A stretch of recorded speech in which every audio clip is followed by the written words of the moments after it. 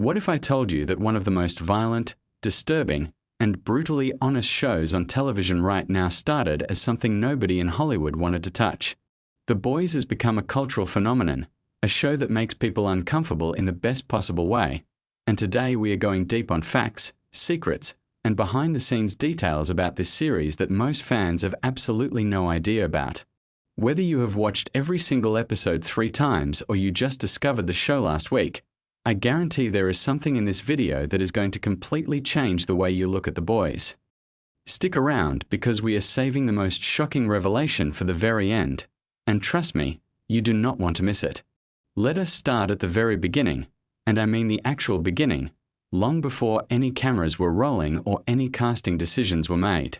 The Boys is based on a comic book series written by Garth Ennis and illustrated by Derek Robertson. The comics were published by Wildstorm initially, starting back in 2006, and what is genuinely fascinating is that even the comic book publisher eventually got cold feet about how far the content was going. DC Comics, which owned Wildstorm at the time, actually cancelled the series after just 6 issues because the material was considered too extreme and too offensive even by comic book standards. Think about that for a second. A comic book series got dropped because it was too wild, and that same story eventually became one of Amazon Prime Video's most watched shows of all time. The series was then picked up by Dynamite Entertainment, which allowed Ennis to continue telling the story exactly the way he intended, with 0 restrictions. That creative freedom carried over in spirit when the show was eventually developed for television. Now here is where things get really interesting from a behind-the-scenes perspective. The television adaptation of The Boys was not always going to be on Amazon. The project bounced around Hollywood for years, and multiple networks and streaming platforms passed on it. The show was initially developed at Cinemax, which is where it actually got its first real traction.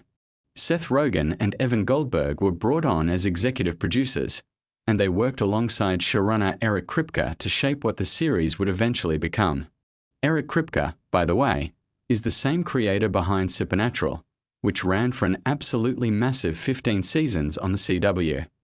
When Cinemax passed on moving forward with the project, Amazon stepped in and picked it up, and the rest, as they say, is history. What is remarkable about this is that Amazon was not known at that point for edgy, violent, mature content in quite the same way. Taking on The Boys was genuinely a bold move for the platform.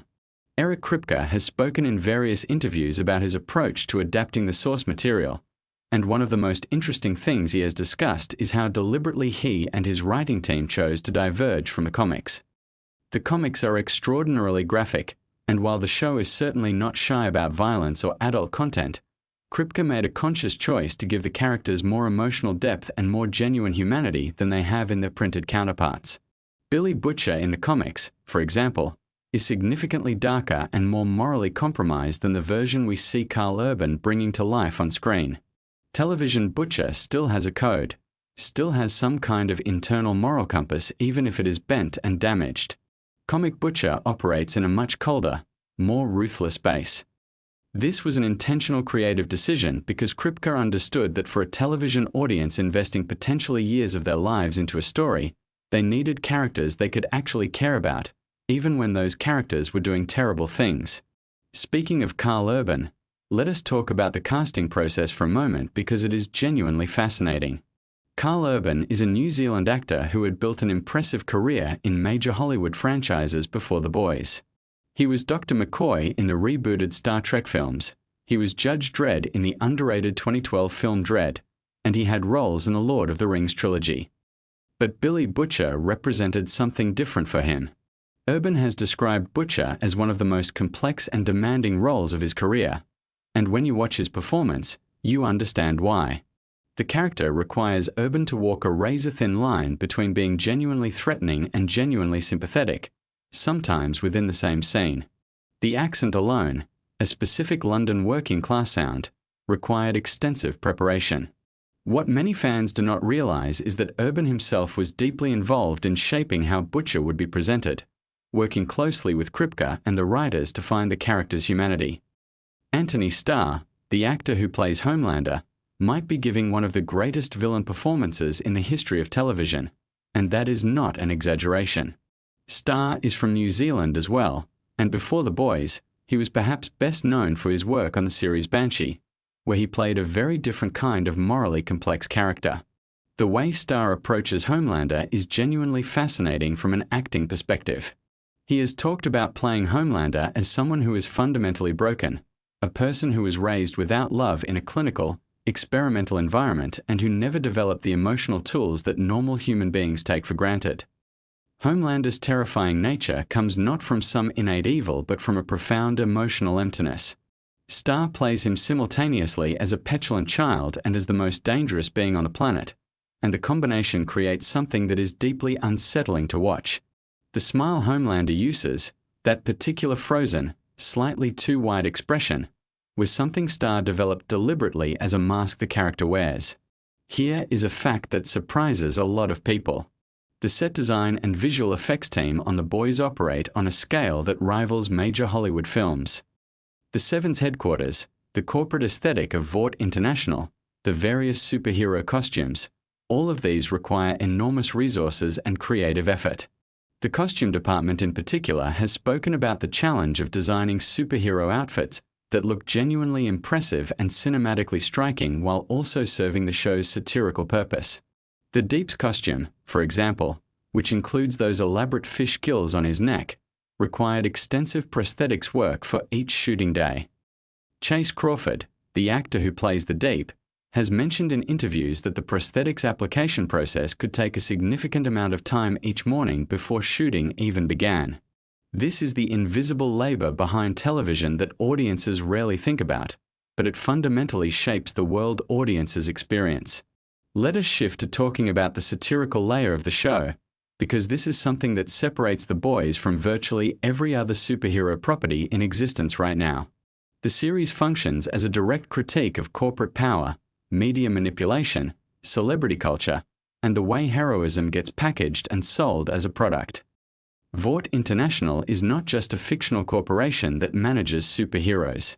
It is a mirror held up to real-world entertainment conglomerates, pharmaceutical companies, and political propaganda machines simultaneously. The show has never been subtle about this intention, and Eric Kripke has confirmed in various public statements that the satire is absolutely deliberate and pointed. What is striking is how the show has managed to be politically critical in ways that resonate with viewers across different parts of the political spectrum. Different people watch The Boys and see different real-world targets in Vaught's behavior, and that ambiguity is actually a sophisticated piece of writing rather than an accident. The character of Starlight, played by Erin Moriarty, went through significant development between the source material and the television series. In the comics, Annie January is present, but her arc and her relationship with the other characters unfolds quite differently. The television version of Starlight is more fully realized, given more agency, and serves as the moral center of the story in a way that grounds the show's more extreme elements. Moriarty has spoken about the physical and emotional demands of playing a character who is essentially trapped between two worlds, someone who genuinely wants to be good in an environment that punishes and exploits genuine goodness. The show uses Starlight's experience to comment on what happens to idealism when it collides with institutional corruption, which is one of the most quietly devastating threads running through the entire series.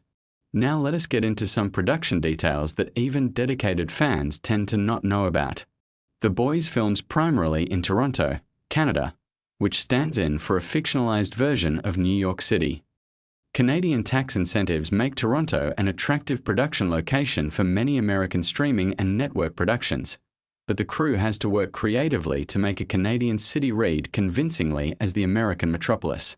Set decorators, location scouts, and digital effects artists all collaborate to transform Toronto streets, buildings, and public spaces into the show's version of New York.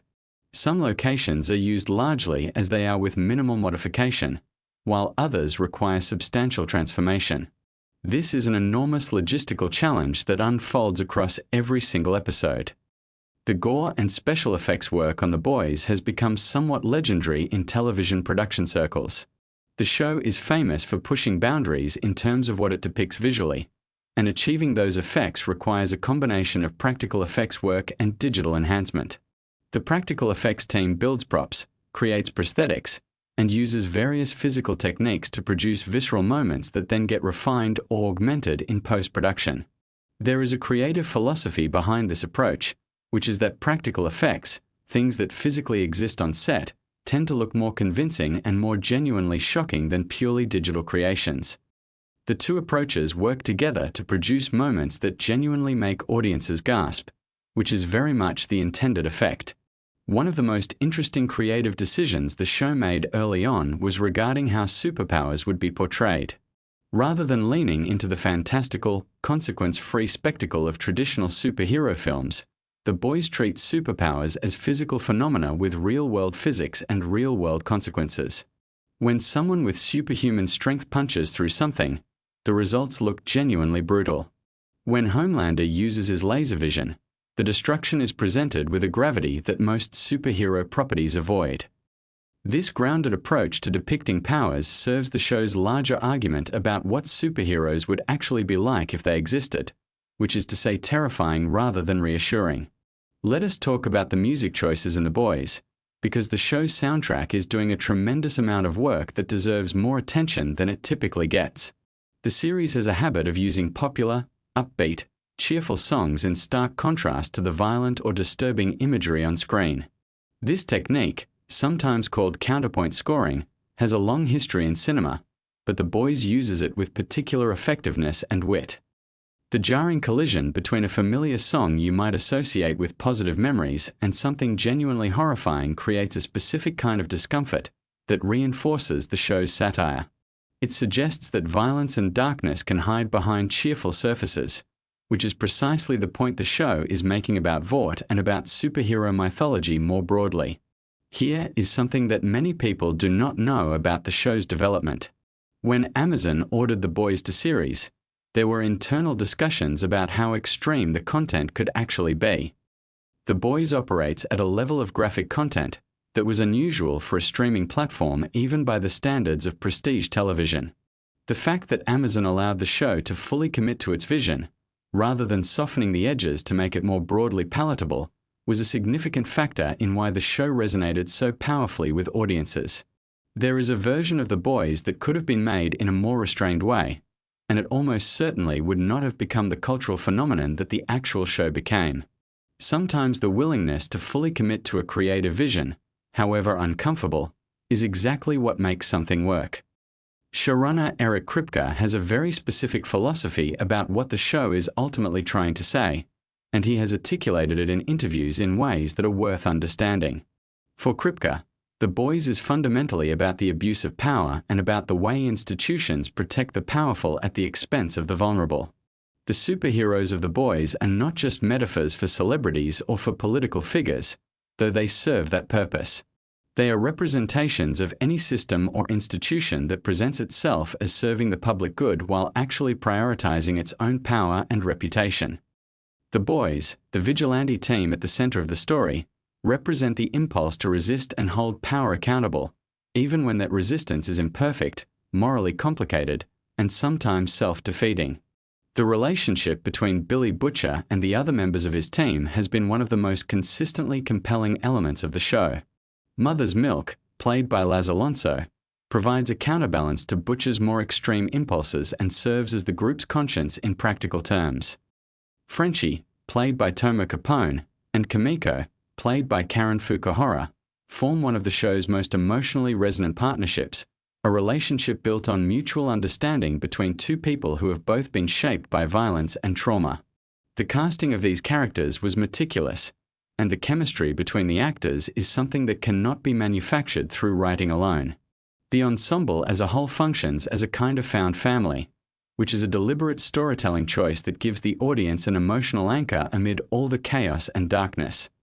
Karen Fukuhara's portrayal of Kimiko is particularly noteworthy because the character does not speak for a significant portion of the series, communicating instead through physical performance, expression, and body language. This places enormous demands on Fukuhara as a performer, requiring her to convey complex emotional states without the tool that most actors rely on most heavily. Fukuhara has spoken about working with a choreographer and movement coach to develop Kimiko's specific physical vocabulary, the way she moves, holds herself, and expresses emotion through her body. The result is a character who feels completely coherent and emotionally legible despite the absence of dialogue, which is a remarkable acting achievement. Now, something that genuinely surprises many fans when they learn it. The Boys has been deliberately engineered to generate conversation and controversy, not accidentally but as a strategic creative and marketing philosophy. Eric Kripke and his team understand that a show this satirically pointed and this willing to be provocative will naturally generate debate, and they have spoken about embracing that dynamic rather than trying to manage or minimize it. When episodes drop and social media erupts with reactions, arguments, and discussions, that engagement serves the show's visibility on the platform and in the cultural conversation. The controversy is part of the product in a very intentional way, which is itself a kind of meta-commentary on how media properties manufacture attention in the modern landscape. Let us talk for a moment about Soldier Boy, played by Jensen Ackles, who was introduced in later seasons. The casting of Jensen Ackles was enormously significant for reasons beyond just his talent as an actor. Ackles spent 15 seasons playing Dean Winchester on Supernatural, the show that Eric Kripke created before The Boys. Bringing Ackles into The Boys was a reunion of sorts, and it was also a piece of very deliberate casting in terms of audience psychology. Ackles built a massive, devoted fan base through Supernatural, and those fans brought enormous enthusiasm to his appearance in The Boys. Within the narrative of the show, Soldier Boy represents a different era of manufactured heroism, a character who embodies mid-20th century American mythology in ways that are both nostalgic and deeply uncomfortable. Ackles committed to the role with the same total investment he brought to his years on Supernatural. The show's depiction of media manipulation and the 24-hour news cycle deserve specific attention because it is one of the more prescient elements of the series. The fictional Vought News network, which serves as the show's stand-in for partisan cable news operations, captures something true and troubling about how information gets weaponized in the modern media environment. The scenes involving VNN are often written in ways that are uncomfortably close to actual media rhetoric and techniques, which is part of what makes them land with such force. Writers' rooms for shows like The Boys employ people who study media, politics, and culture with genuine academic seriousness, and the show's portrayal of media manipulation reflects that research. Here is a detail about the show that connects to its production philosophy in an interesting way. The Boys does not use laugh tracks, obviously, but it also deliberately avoids the visual language of traditional superhero films. The cinematography is darker, more naturalistic, and less polished than what you would see in a Marvel or DC film. This is a deliberate aesthetic choice designed to signal to the audience that they are in different territory. When superhero films use bright, saturated colors and sweeping orchestral scores, they are communicating something about the nature of heroism, that it is grand and clean and elevated. The Boys uses grittier visual textures and a more grounded aesthetic to communicate the opposite, that power is messy and dark and compromised. One of the most fascinating aspects of The Boys from a production standpoint is how it handles the tension between spectacle and satire. The show needs to deliver genuine action and excitement to satisfy audiences who expect something visually compelling from a superhero property, while simultaneously undercutting the mythology of superheroism that makes those expectations exist in the first place. This is a genuinely difficult balance to strike, and the fact that the show manages it as successfully as it does speaks to the quality of the creative team. Action sequences in The Boys are staged to be exciting and visually impressive, but they almost always contain an element that deflates or complicates the heroic framing, some detail that reminds you these are not the good guys you are supposed to be cheering for. The Boys has spawned a spin-off series called Gen V, which focuses on college-age superheroes attending Godolphin University, a school for young people with powers. This expansion of the Boys universe represents a significant investment from Amazon in this creative world, and it demonstrates confidence in the franchise's longevity. Gen V operates with a slightly different tone and targets some of the same satirical targets as the parent series but with fresh perspectives and new characters. The existence of Gen V also raises interesting questions about how the Boys universe might continue to expand, whether through additional spin-offs, films, or other formats. Something worth discussing is the global resonance the show has found. The Boys has attracted enormous international audiences, not just in the United States, and there are interesting reasons for why the show's themes translate so effectively across different cultural contexts. Corporate power, media manipulation, and the exploitation of vulnerable people by powerful institutions are not uniquely American problems.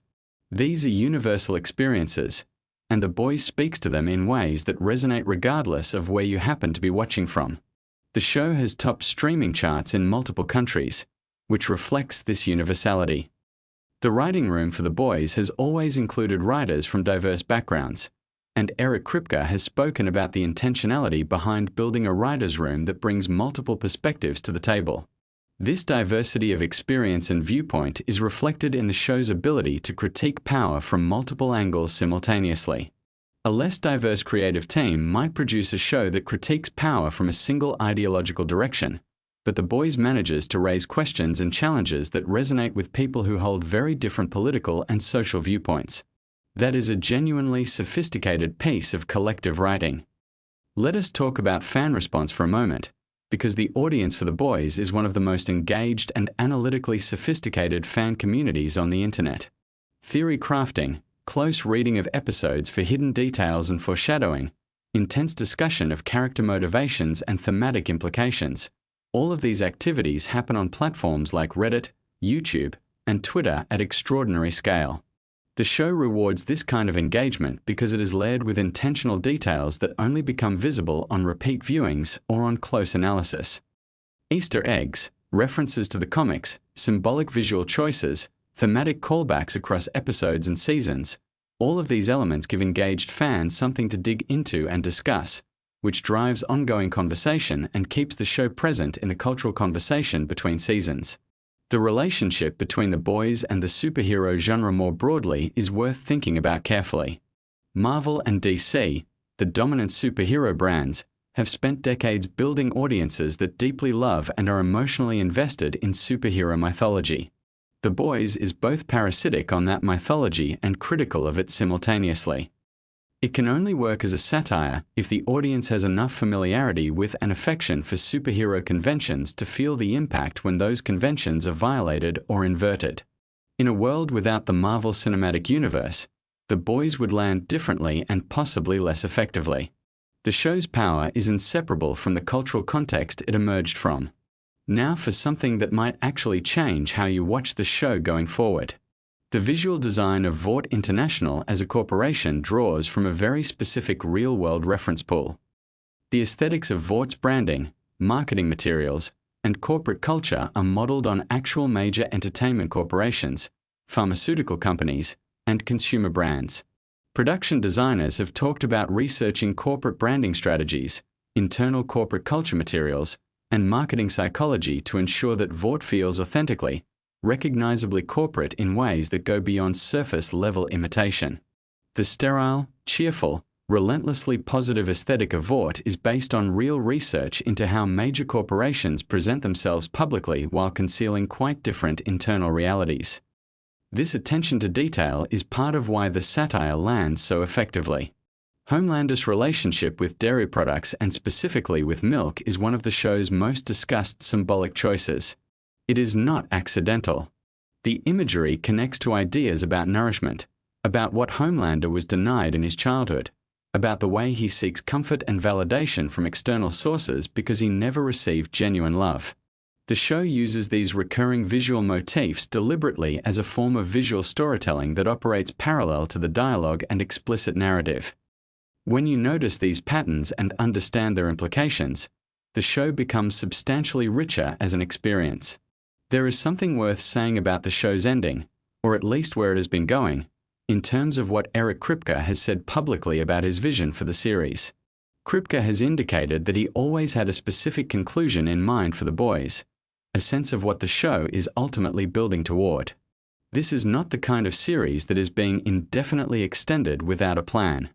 There is a destination, and the decisions made in each season reflect awareness of where the story needs to arrive. Showrunners who have a clear vision of their ending tend to make better decisions throughout the run of a series because every choice is oriented towards something specific rather than simply prolonging what already exists.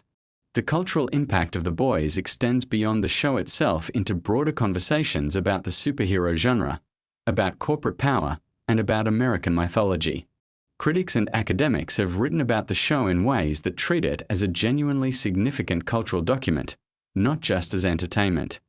There are arguments to be made that The Boys is the most important superhero text of this current era precisely because it refuses to accept the terms of superhero mythology and insists instead on interrogating them. In a media landscape saturated with superhero content, a show that questions the very foundations of that genre and finds something troubling beneath the surface is doing genuinely valuable cultural work. One last thing that deserves attention before we wrap this up. The Boys has maintained creative consistency across multiple seasons in a way that is actually quite rare for a long-running television series. Many shows lose their edge, soften their critique, or drift away from their original vision as they become more successful and therefore have more to lose.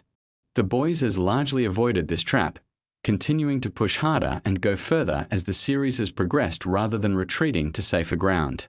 This is a reflection of the creative team's commitment to the show's original purpose and also of Amazon's continued willingness to support that vision.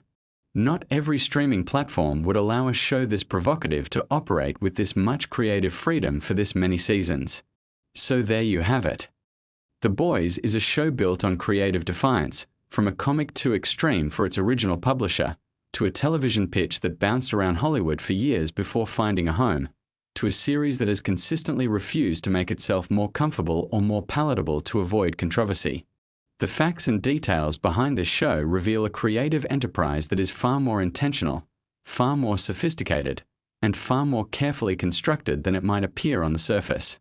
Every choice, from the casting to the production design to the satirical targets to the use of music, serves a coherent vision about power, corruption, and the stories we tell about heroes. If you want to go even deeper on the world of The Boys, there is another video right here that covers the season breakdowns and what every major plot decision actually means for where the story is going. Drop a comment below telling me which fact in this video hit different for you.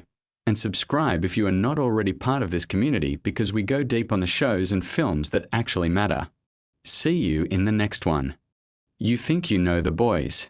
You've watched every season. You've picked your favorite characters. Maybe you've even gone down the rabbit hole of fan theories online. But I promise you, there are things about this show that most people have absolutely no idea about. And by the time this video is done, you're going to look at The Boys in a completely different way. We are talking behind-the-scenes secrets, wild casting decisions that almost changed everything, the real-world inspirations that are darker than anything on screen, and details hidden so deep in the show that even obsessive fans have missed them. This is the stuff the creators didn't put in the press interviews. This is the stuff that makes this show one of the most deliberately crafted pieces of television ever made. So if you think you're already a fan, buckle up. Because we're about to go somewhere most Boys fans have never been. Let's start with something that will fundamentally change how you watch the very first episode. The Boys was not supposed to be on Amazon. The show was originally developed elsewhere, and it bounced around for years before landing at Amazon Prime Video. Now think about what that means. The show that became one of the most transgressive, boundary-pushing series in television history almost didn't get made the way we know it. Different network, different rules, different version of The Boys. The fact that it ended up on a streaming platform with fewer content restrictions is a massive part of why the show could go as far as it did. Every moment that made your jaw drop, every scene you thought they couldn't possibly include, all of that exists because of a development journey that nearly went in a completely different direction. Now here's something about the comic book source material that casual fans don't fully appreciate. The original comic by Garth Ennis is genuinely more extreme than the show. And that's saying something. The television adaptation actually pulled back significantly on certain storylines and character arcs from the comics. Showrunner Eric Kripke and his team made deliberate choices about what to keep, what to change, and what to leave out entirely. Some of the decisions were creative, some were practical, and some were about making sure the show could actually function as ongoing television rather than a contained story with a definitive brutal endpoint. The interesting thing is that many of the changes made the show better. Characters who were one-dimensional in the comics became layered. compelling people on screen. The show's version of Homelander, for instance, became something far more psychologically complex than what appeared on the page. Speaking of Homelander, let's talk about Anthony Starr, because what he does in that role is something that the casual viewer might take for granted. Starr is from New Zealand. Crawl, even when the character seems perfectly pleasant. That was a deliberate construction. Starr built that smile to represent the gap between what Homelander projects and what he actually is. Every time you see it, you're watching a performance built on months of psychological research. But here's the layer that most people miss. Starr has spoken about playing Homelander as someone who is fundamentally a child. Not a child in terms of intelligence, but a child in terms of emotional development. Someone who was raised in a lab, who was never taught how to be human, who desperately wants love but has no idea how to receive it or give it. That interpretation transforms every scene he's in. When Homelander is terrifying, it's because he's a child having a tantrum. When he's pitiful, it's because he's a child who has never shown affection. That reading of the character is built into every scene he plays, and once you see it, you cannot unsee it. Now let's talk about Karl Urban, who plays Billy Butcher. Urban is from New Zealand as well, and his Cockney accent in the show is something he worked on specifically for this role. But what you might not know is the character's accent and general demeanor was actually drawn from specific real-world inspirations that go deeper than just the sound of the voice. Butcher is written as someone whose entire personality is a performance of toughness designed to mask devastating grief. The Cockney swagger, the constant aggression, the refusal to show vulnerability, it's all armor. Urban understood this and built the performance from the inside out. The accent and the attitude are things Butcher puts on every morning like a uniform. That's why the moments when the armor cracks hit so hard. You're not just watching a tough guy falter. You're watching someone's entire constructed identity start to fail. Here's something fascinating about the casting process for the show. When Amazon was putting together the ensemble, there was enormous pressure to cast the biggest possible names in the lead roles. Kripke and the producing team resisted this in specific ways because they understood something crucial about the show's psychology. The Boys works because the soup characters feel genuinely superhuman and the human characters feel genuinely human. If you fill the cast with already established movie stars, you risk the audience bringing their existing associations with those actors into the show. Some of the best casting decisions were counterintuitive precisely because they chose performers who were relatively unknown to mainstream audiences at the time. This allowed viewers to meet these characters fresh, without preconceptions. Erin Moriarty, who plays Annie January, also known as Starlight, is a perfect example of this. Moriarty's arc across the series is one of the most demanding acting journeys in the entire show. She has to play someone who starts as genuinely idealistic, gets systematically disillusioned, and then has to rediscover what she actually believes versus what she was conditioned to believe. The emotional range required is extraordinary. And Moriarty does it while also playing opposite one of the most magnetic performers on television in Anthony Starr, which requires holding your own against an enormous gravitational pull. The fact that she was not yet a massive star when she took the role actually served the character. Annie feels like someone you might know, someone real. That groundedness was a casting choice. Let's pivot to something that doesn't get discussed enough, which is the writing room and how the show's satirical targets are chosen. The Boys has a reputation for going after corporate greed, celebrity culture, and media manipulation. But the show's writers have been remarkably open about the fact that they deliberately avoid making their satire too specifically tied to any single real-world moment. The reason is longevity. If you write an episode that is too specifically about one particular news story or one particular public figure, that episode starts to feel dated within months. The writers aim for the underlying systemic issues rather than the surface manifestations.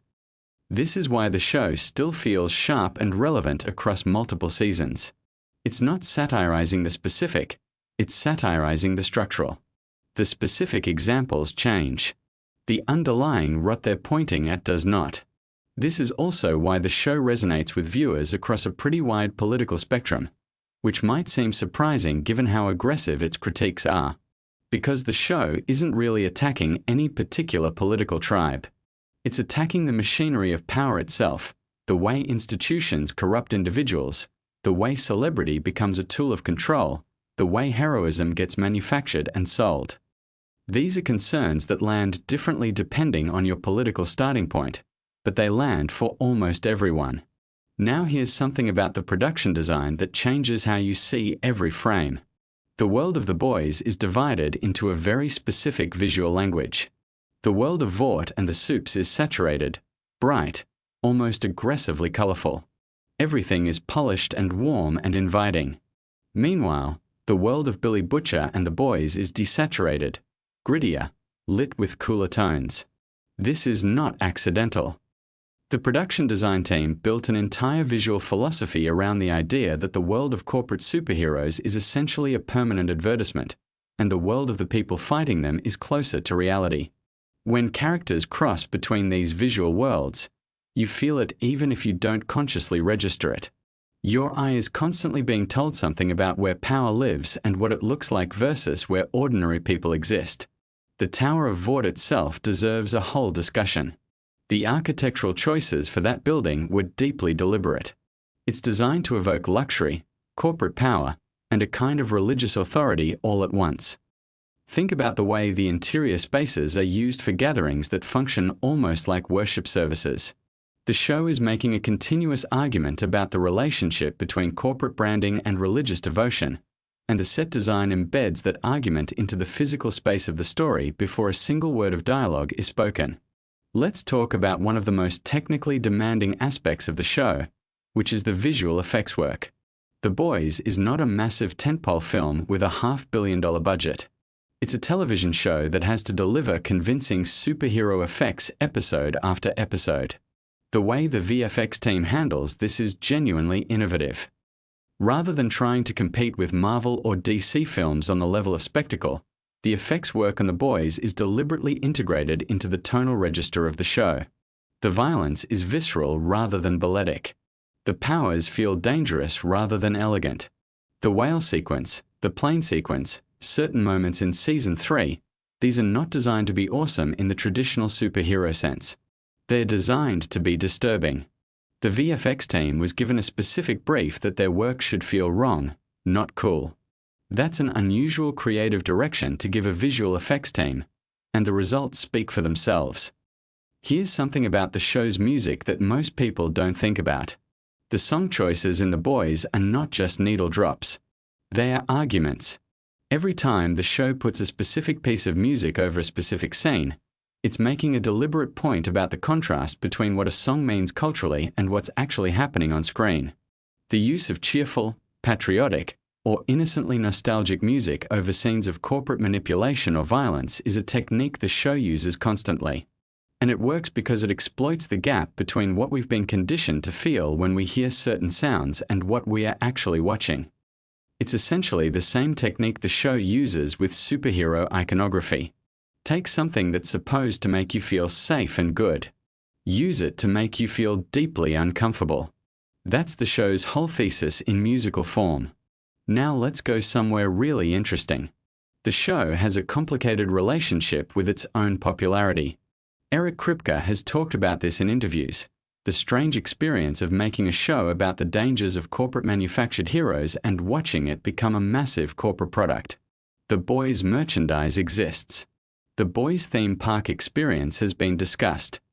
The Boys is itself a product of Amazon, one of the largest corporations on the planet. The show is aware of this tension. There are moments of self-awareness built into later seasons that seem to directly address the irony of what the show has become. Whether that self-awareness fully resolves the tension is a question fans and critics continue to debate, but the fact that the writers are thinking about it is itself significant. Let's talk about Tomer Capone, who plays Frenchie, because his background brings something extraordinary to the show. Capone is Israeli, and he came to the role with a performance approach deeply influenced by his theatrical training. Frenchie is written as a character who uses humor and flamboyance as protective mechanisms, someone who makes himself entertaining so that people will keep him around. There's a sadness underneath all of Frenchie's color that Capone communicates through physical stillness in moments when the character thinks no one is watching. It's subtle acting work in a show that often operates at maximum volume, and it creates a fascinating counterpoint. When Frenchie is quiet, you feel the weight of everything he carries. Karen Fukuhara, who plays Kimiko, had a unique challenge in the show's early seasons. Her character is non-verbal for significant stretches of the story. She communicates almost entirely through physical performance and facial expression. This is an extraordinarily demanding form of acting, and Fukuhara has spoken about studying physical performance techniques specifically to handle the role. What's fascinating is that Kimiko became one of the most beloved characters in the show despite, or arguably because of, the limitation of her early characterization. The audience projected onto her in ways they couldn't with the more vocally expressive characters. There's something psychologically interesting about how silence creates intimacy. Fukuhara's physical storytelling built a connection with viewers that some of the more dialogue-heavy characters never quite achieved. Here's a fact about the show's production schedule that puts everything in context. The Boys films in Toronto, and the production team has to essentially construct an alternative version of a major American city within a Canadian city. The locations team has to constantly find or build spaces that read as specifically American to international audiences, while navigating the practical realities of what Toronto actually looks like. This involves extensive set decoration, strategic angle choices, and sometimes complete set builds. The Vought Tower exterior work required significant technical creativity to create the impression of a Manhattan-scale corporate headquarters. This kind of logistical challenge is invisible to the viewer but shapes every decision about how scenes are shot and staged. Now let's get into something that goes deeper than most fan discussions. The show's treatment of trauma is more sophisticated than it gets credit for. Nearly every major character in The Boys is operating from a place of unprocessed trauma. Butcher is grieving and cannot stop. Starlight is dealing with systemic abuse she was taught to minimize. Kimiko carries violence inflicted on her from childhood. Huey starts the show experiencing acute traumatic loss. The Deep has experienced various forms of coercion and is in profound denial about all of it. Maeve has essentially dissociated from her own life. Even Homelander, the primary antagonist, is written as someone whose evil is rooted in the violence done to him as a child by the very corporation that then deployed him as a weapon. The show doesn't use trauma as backstory decoration. It uses it as the engine of behavior. Every choice these characters make, including the destructive ones, makes sense when you trace it back to what was done to them. This is sophisticated psychological writing, and it means that even when characters do terrible things, the show maintains emotional coherence. You understand why even when you can't excuse it. Here's something about Claudia Dumont, who plays Victoria Newman, the character revealed to be a soup hiding in plain sight within the political establishment. Dumont is Australian. Her American politician performance is constructed with specific awareness of political body language and rhetoric. She and the writers built a character who represents something very specific. The idea that the most dangerous kind of power is the kind that presents itself as accountable and ordinary. Newman is terrifying not because she seems like a monster, but because she seems like a reasonable person. The audience's trust in her is deliberately cultivated so that the betrayal hits harder. Every scene where she seems sympathetic is a trap. Let's talk about Jim Beaver, who has a recurring role in the show. Beaver is best known to many audiences from his work with Eric Kripke on Supernatural. His presence in The Boys is part of a broader pattern of trust that Kripke brings to his productions. He works repeatedly with actors he's collaborated with before because he understands that part of what makes a show work is the comfort and shorthand that develops between creators and performers over time. The ensemble feel of The Boys isn't accidental. It was cultivated through deliberate choices about who was invited into the creative community around the show. Here's a technical detail about the violence in the show that most people don't think about. The gore in The Boys is specifically calibrated. The show's makeup and practical effects teams work in tandem with the VFX team to create violence that feels consequential rather than spectacular. There's a philosophy at work here. Superhero violence in mainstream media is typically presented as consequence-free. People get thrown through buildings and walk away. The Boys is fundamentally an argument against that convention. The violence in the show is designed to remind you that bodies are fragile and that power used without restraint destroys things that cannot be repaired.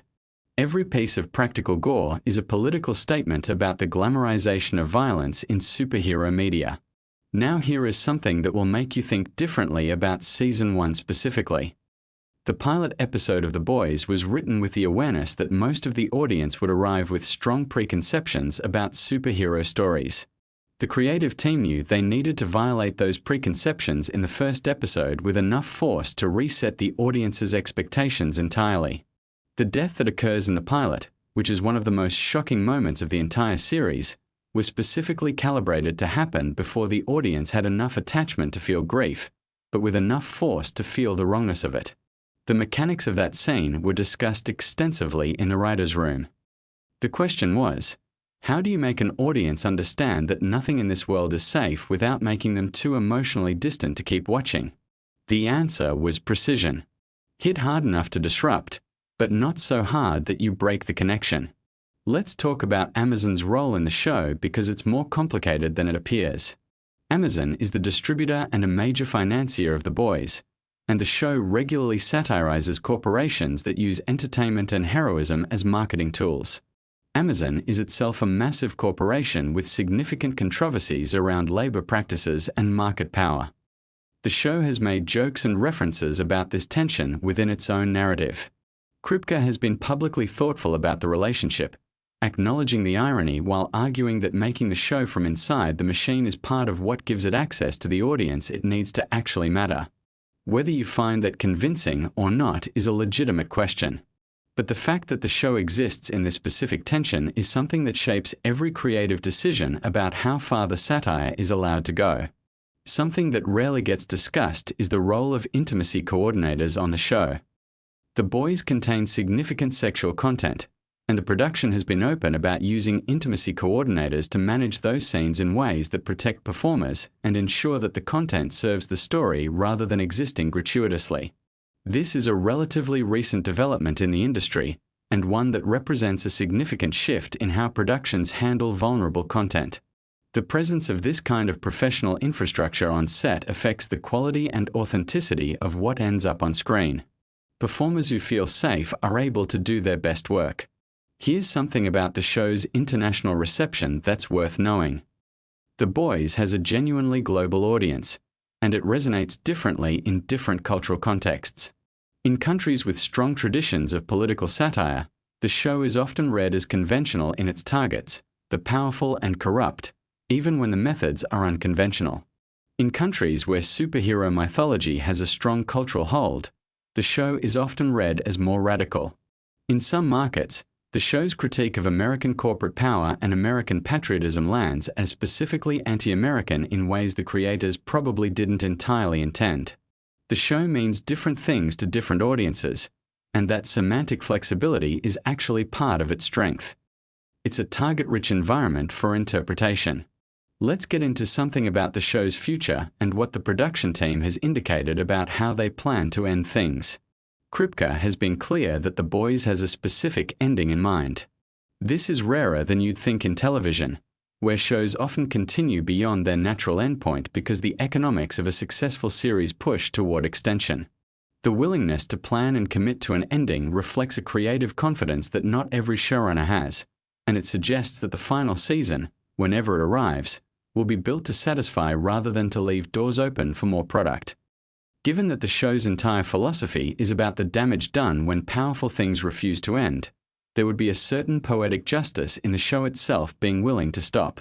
Now let's talk about Gen V, the spin-off series, because it reveals something interesting about how the Boys universe is being expanded. Gen V is set at Godolphin University, a college for young soups, and it operates with a slightly different tonal register than the parent show. It's younger, more focused on identity and institutional corruption at the formative level, the damage done to people before they fully become who they're going to be. The existence of Gen V as a spin-off raises interesting questions about world building. Every expansion of a universe that works through specificity runs the risk of diluting what made the original specific. The creative challenge for Gen V was to find its own reasons for existing rather than simply being more boys. Whether it succeeded is something fans continue to debate, but the attempt itself shows an awareness of the risks of expansion. Something interesting about the casting of younger characters across both shows is the deliberate casting of performers who carry a specific kind of contemporary energy. There's an awareness in the casting choices that The Boys is a show that has to feel current, not nostalgic. The Supes are a metaphor for things that are happening right now, and the people embodying those metaphors need to feel like people who exist in the present moment. Here's a detail about Homelander's costume that rewards close attention. The suit is red, white, and blue in the obvious way, but the specific design choices embed additional layers of meaning. The eagle iconography on the suit is positioned and styled in ways that evoke military insignia as much as superhero iconography. The suit is supposed to read as flag, uniform, and costume simultaneously. It's designed to trigger multiple simultaneous associations: patriotism, military authority, and performative spectacle. Every time Homelander is on screen in the suit, he's a walking argument about how those three things have become intertwined in American culture, and how the intertwining serves power rather than people. Here's something that gets at the heart of what makes The Boys work as more than just transgressive entertainment. The show takes seriously the question of what it would actually mean to have people with that kind of power in the world. Not in a wish fulfillment way, but in a what would really happen way. And the answer the show keeps returning to is that the problem is not the powers. The problem is the systems that would form around the powers. Vought is not villainous because it employed super-powered people. It's villainous because it did to super-powered people exactly what powerful institutions do to anyone they can control. It manufactured them, monetized them, and deployed them as tools of profit. The Supes are not the problem. They are the product. And the real horror of the show is that the structure creating them is recognizable because it's the structure we already live in, just wearing a cape. This is the show's central psychological hook and the reason it stays with you long after you finish an episode. The Boys is not really about superheroes. It's about power and what power does to people and to the systems that accumulate it. The Supes are a thought experiment. What if the people who run things could do whatever they wanted with absolute impunity? The show's answer is not a fantasy answer. It's a realistic answer. And it's uncomfortable specifically because you recognize it. The show also takes seriously the psychology of people who oppose power. Butcher and the Boys are not heroes in any conventional sense. They do terrible things. They are motivated by grief, anger, and revenge as much as by any genuine moral principle. The show refuses to give the audience a clean protagonist to root for because clean protagonists would undermine the argument. If the good guys were genuinely good, then the message would be that individual virtue can overcome systemic corruption. The Boys doesn't believe that. It believes that the system corrupts everyone it touches, including the people fighting it. And that's a much darker and more honest argument. Here's something about the show's longevity and cultural staying power. The Boys arrived at a specific cultural moment when superhero fatigue was starting to set in among parts of the audience that had grown up with the Marvel and DC dominance of popular culture. It offered something that the mainstream superhero product couldn't: consequences, complexity, and a refusal to make you feel good about power. It essentially created a new lane in a crowded genre by being the anti-product within the product category. And the audience that was hungry for exactly that found it and made the show a phenomenon. Every fact we've covered today, from Anthony Starr's psychological research to the deliberate visual grammar of the production design to the specific calibration of the pilot's first act violence, points toward the same thing. The Boys is one of the most deliberately constructed shows on television. Nothing in it is accidental. Everything is an argument. Everything is a choice. The gap between what it looks like and what it actually is, which is the gap between glossy superhero entertainment and deeply uncomfortable social critique, is itself the whole point. And here's the final thing, the payoff for staying through all of this. The reason these facts matter is not trivia. It's not about knowing more than other fans. It's about watching the show with your eyes fully open to what it's doing. Because when you understand the intent behind the construction, every scene gets richer. Every performance gains additional dimension. Every visual choice starts to speak. The Boys is a show that rewards the kind of attention most people never give television because most television doesn't deserve that attention. This one does. So watch it again. Watch it knowing what you know now. Watch Star's smile and think about the child who was never shown love. Watch Butcher's armor and wait for the moments it cracks. Watch the saturated, warm light of Vought Tower and recognize it for what the show is telling you it is. Watch the music choices and hear the argument underneath the melody. You're not just watching a show about superheroes doing terrible things. You're watching one of the most sophisticated critiques of power and mythology that popular television has ever produced. And now you know how to see it. You think you know The Boys.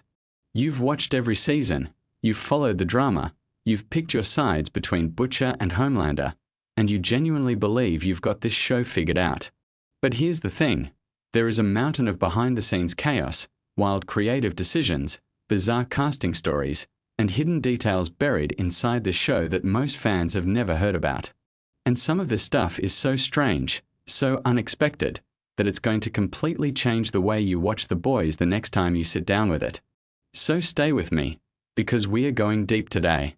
Let's start with something that might genuinely shock you.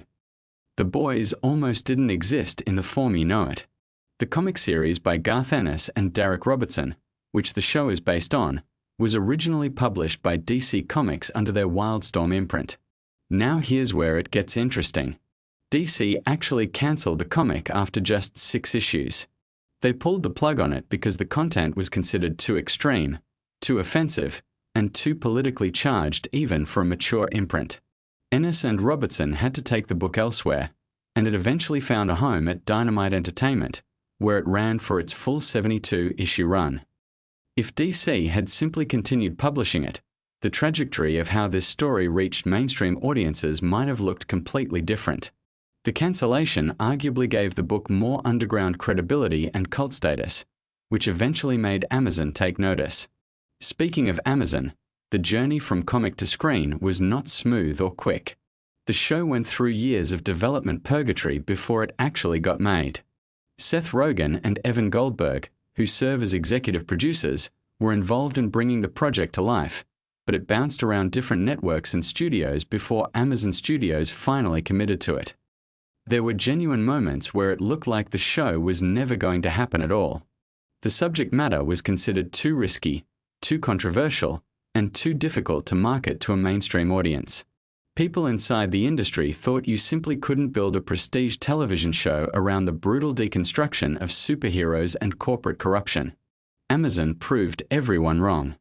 Now let's talk about casting, because there are some absolutely wild stories here. Carl Urban, who plays Billy Butcher, was not the first choice for the role. Multiple actors were considered before Urban landed the part, and when you find out that Urban essentially lobbied hard for the job, it makes his performance hit differently.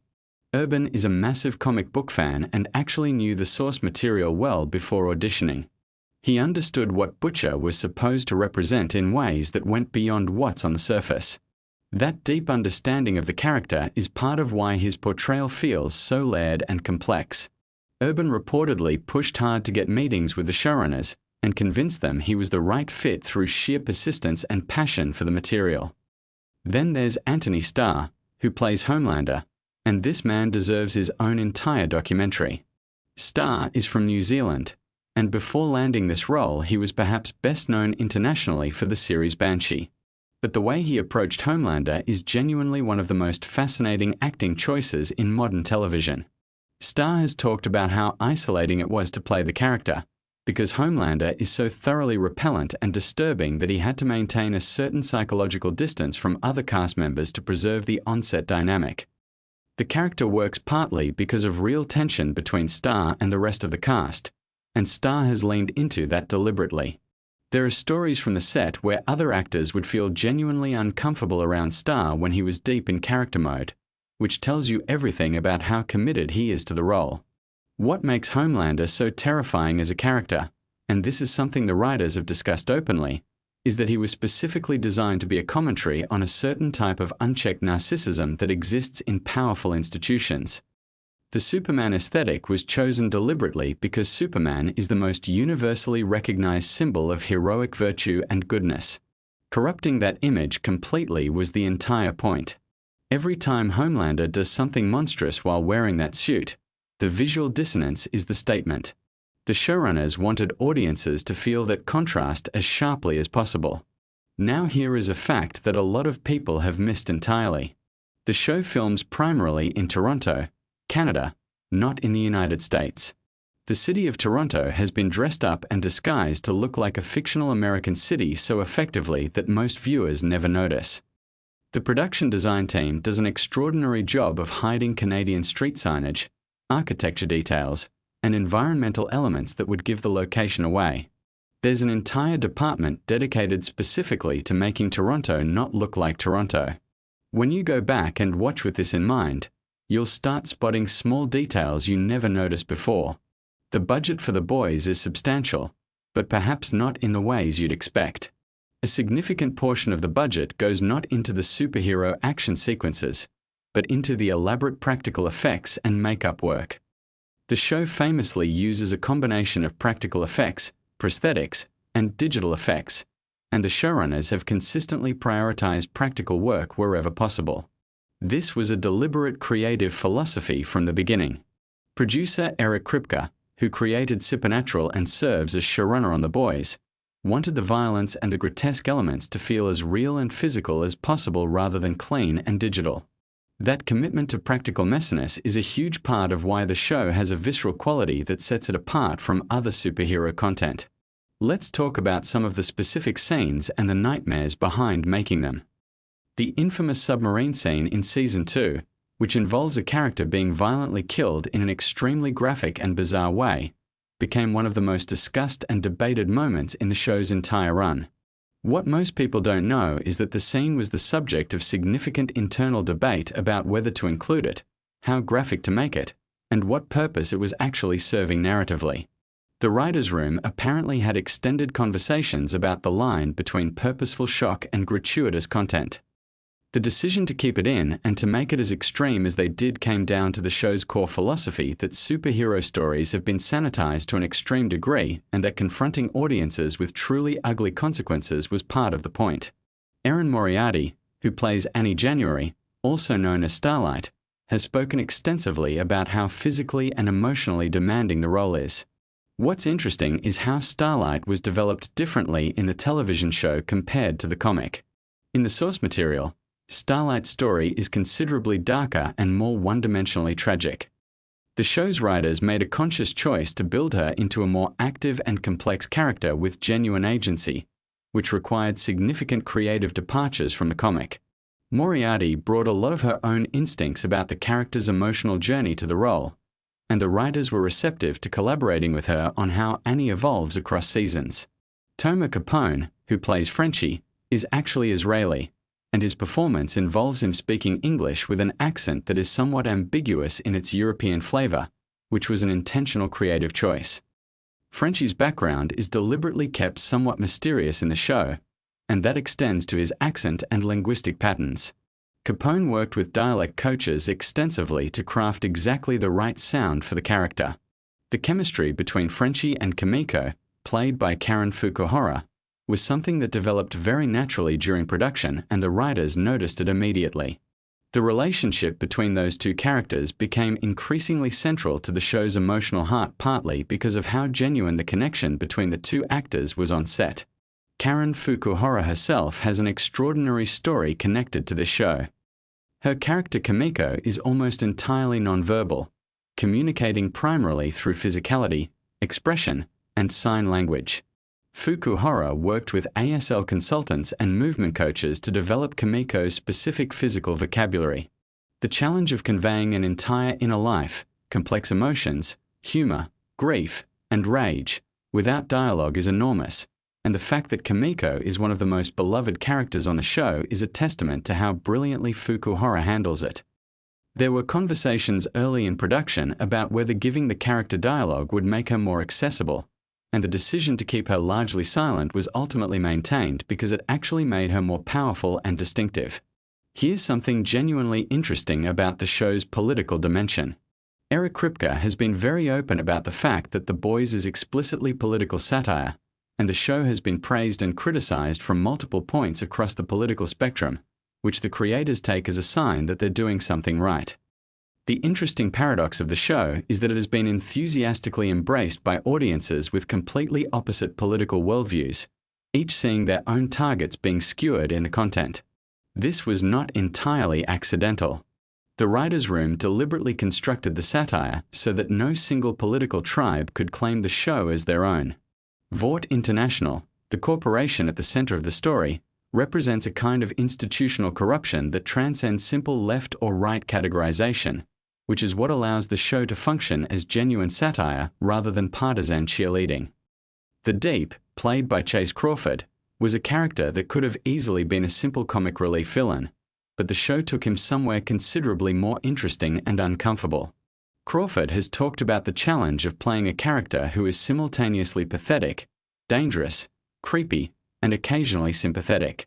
The writers gave The Deep a storyline involving a cult-like self-help organization that was directly inspired by research into real-world cult dynamics and predatory wellness organizations. The satire there is pointed and specific, and Crawford committed to making the character genuinely sad rather than simply ridiculous. Now let's get into some of the more obscure details that even hardcore fans tend to miss. The show contains an enormous number of background Easter eggs, visual references, and hidden details that reward extremely attentive viewing. The fake superhero news broadcasts that appear in the show's world, the in-universe advertisements for Vought products, the fictional superhero merchandise visible in background shots, all of this is meticulously designed and contains jokes and references that are never explicitly pointed out. The production design team has essentially built an entire alternate history of superhero culture into the visual fabric of the show, and exploring that background world is its own hobby for the most dedicated fans. The character of A-Train, played by Jesse T. Usher, carries a storyline about performance-enhancing drug use among supes that was written as a direct parallel to real athletic doping scandals and the institutional pressure that drives athletes toward self-destruction. What's less known is that the writers also layered into A-Train's arc a commentary on the commercialization of black culture and athleticism specifically, which adds an additional dimension to his character's journey that some viewers pick up on and others miss entirely. Usher has discussed in interviews how important it was to him that A-Train not be reduced to a one-note character, and how he worked to find the human vulnerability inside someone who has compromised themselves completely. Let's talk about Garth Ennis, the original creator of the comic, and his relationship with the show. Ennis has been fairly candid about his complicated feelings regarding the adaptation. He was not heavily involved in the television production, which is common for comic creators when their work gets adapted. Ennis has expressed that some of the changes made for the show were things he wouldn't have done himself, while also acknowledging that adaptation requires transformation and that the show has its own valid identity separate from the comic. The most significant philosophical difference between the comic and the show is arguably in how the story treats its characters' capacity for redemption and growth, which the show explores with considerably more generosity than Ennis's original vision. The music choices in The Boys are another element that doesn't get enough attention. The show has made extraordinarily bold and often very funny decisions about which songs to use in which moments, and the music supervision team has developed a specific philosophy about how music can undercut or amplify the horror of what you're watching simultaneously. One of the most striking aspects of the show's musical identity is the use of upbeat, cheerful, or nostalgic songs during scenes of extreme violence or moral corruption. This creates a dissonance that is the audio equivalent of what the visual design does with superhero aesthetics. The specific song selections have often generated enormous online discussion and debate, which the music team clearly enjoys. Here's a fact about the production that reveals something about how seriously the show takes its world building. The fictional superhero team at the center of the story, the Seven, has detailed fictional backstories, in-universe biographical histories, and mythologies that exist in the show's world but that are never fully explained on screen. The writers have developed these backstories in depth internally, which then informs how individual characters reference their histories, even when those references are oblique or brief.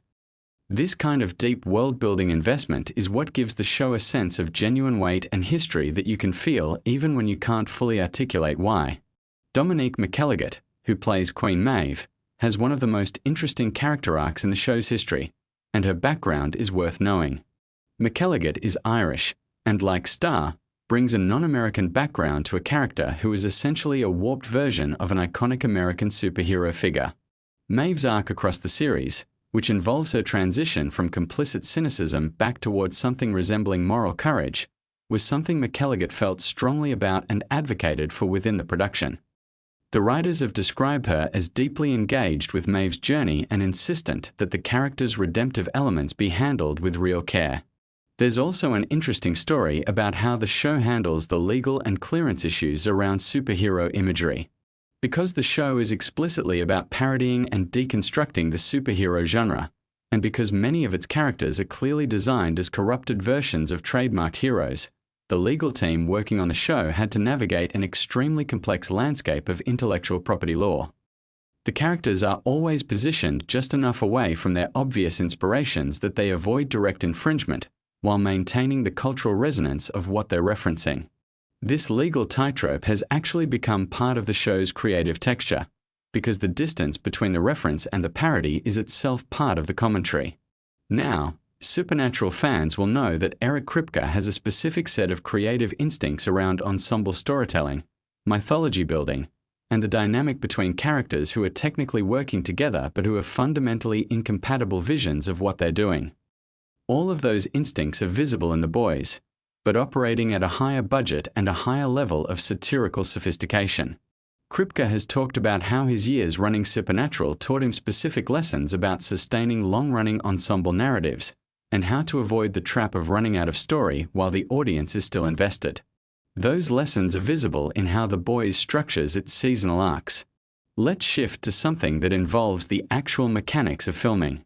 The show's fight choreography deserves more recognition than it typically gets.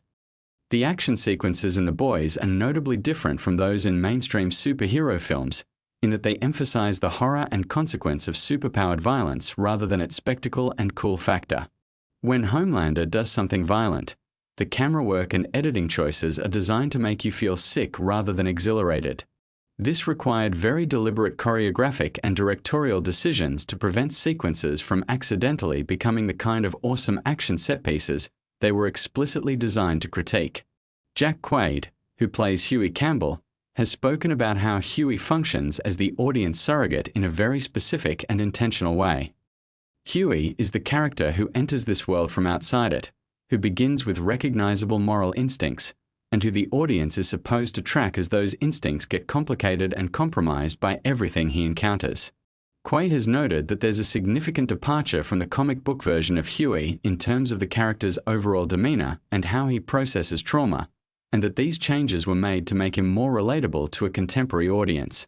The television Huey is softer and more emotionally articulate than his comic counterpart, which creates a different kind of tension around how the violence and moral compromise of his world changes him. The relationship between Butcher and Huey is worth examining in this context because it's one of the show's most carefully engineered emotional dynamics. From a screenwriting perspective, they function as a kind of dark mentor and reluctant student pairing where the mentor is not actually a positive influence and the student's challenge is to recognize that and chart their own course. Urban and Quaid have discussed how they work to find the genuine affection underneath Butcher's manipulative exterior, because without that affection the relationship wouldn't work emotionally. Audiences need to believe there's something real between them even while the show is clearly demonstrating that Butcher is using and corrupting Huey. Here's a lesser-known production detail. The show employs a significant number of consultants from various specialized fields who review scripts and production details for accuracy and resonance. This includes people with backgrounds in corporate communications, military operations, government intelligence, and public relations, all of whom contribute to making Vought International feel like a plausible and terrifyingly real kind of institution.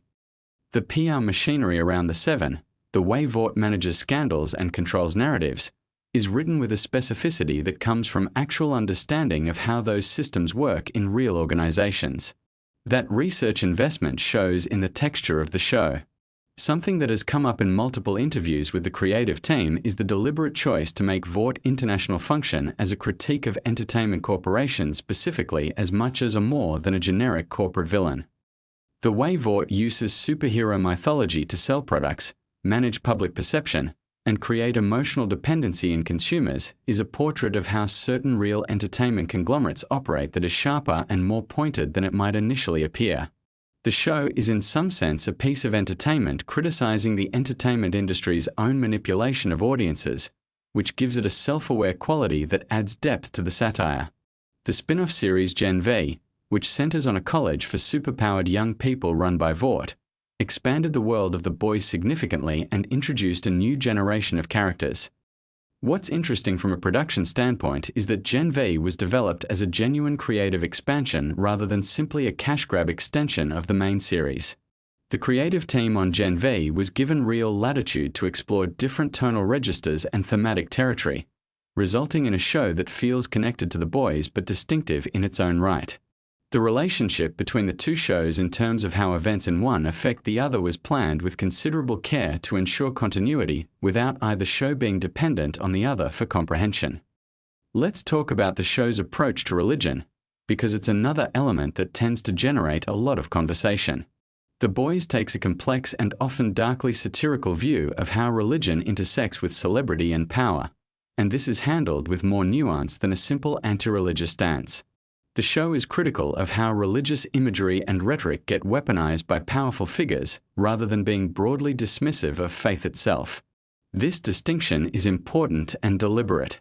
The writers have been careful to show characters with genuine faith dimensions without reducing those characters to simple targets of mockery.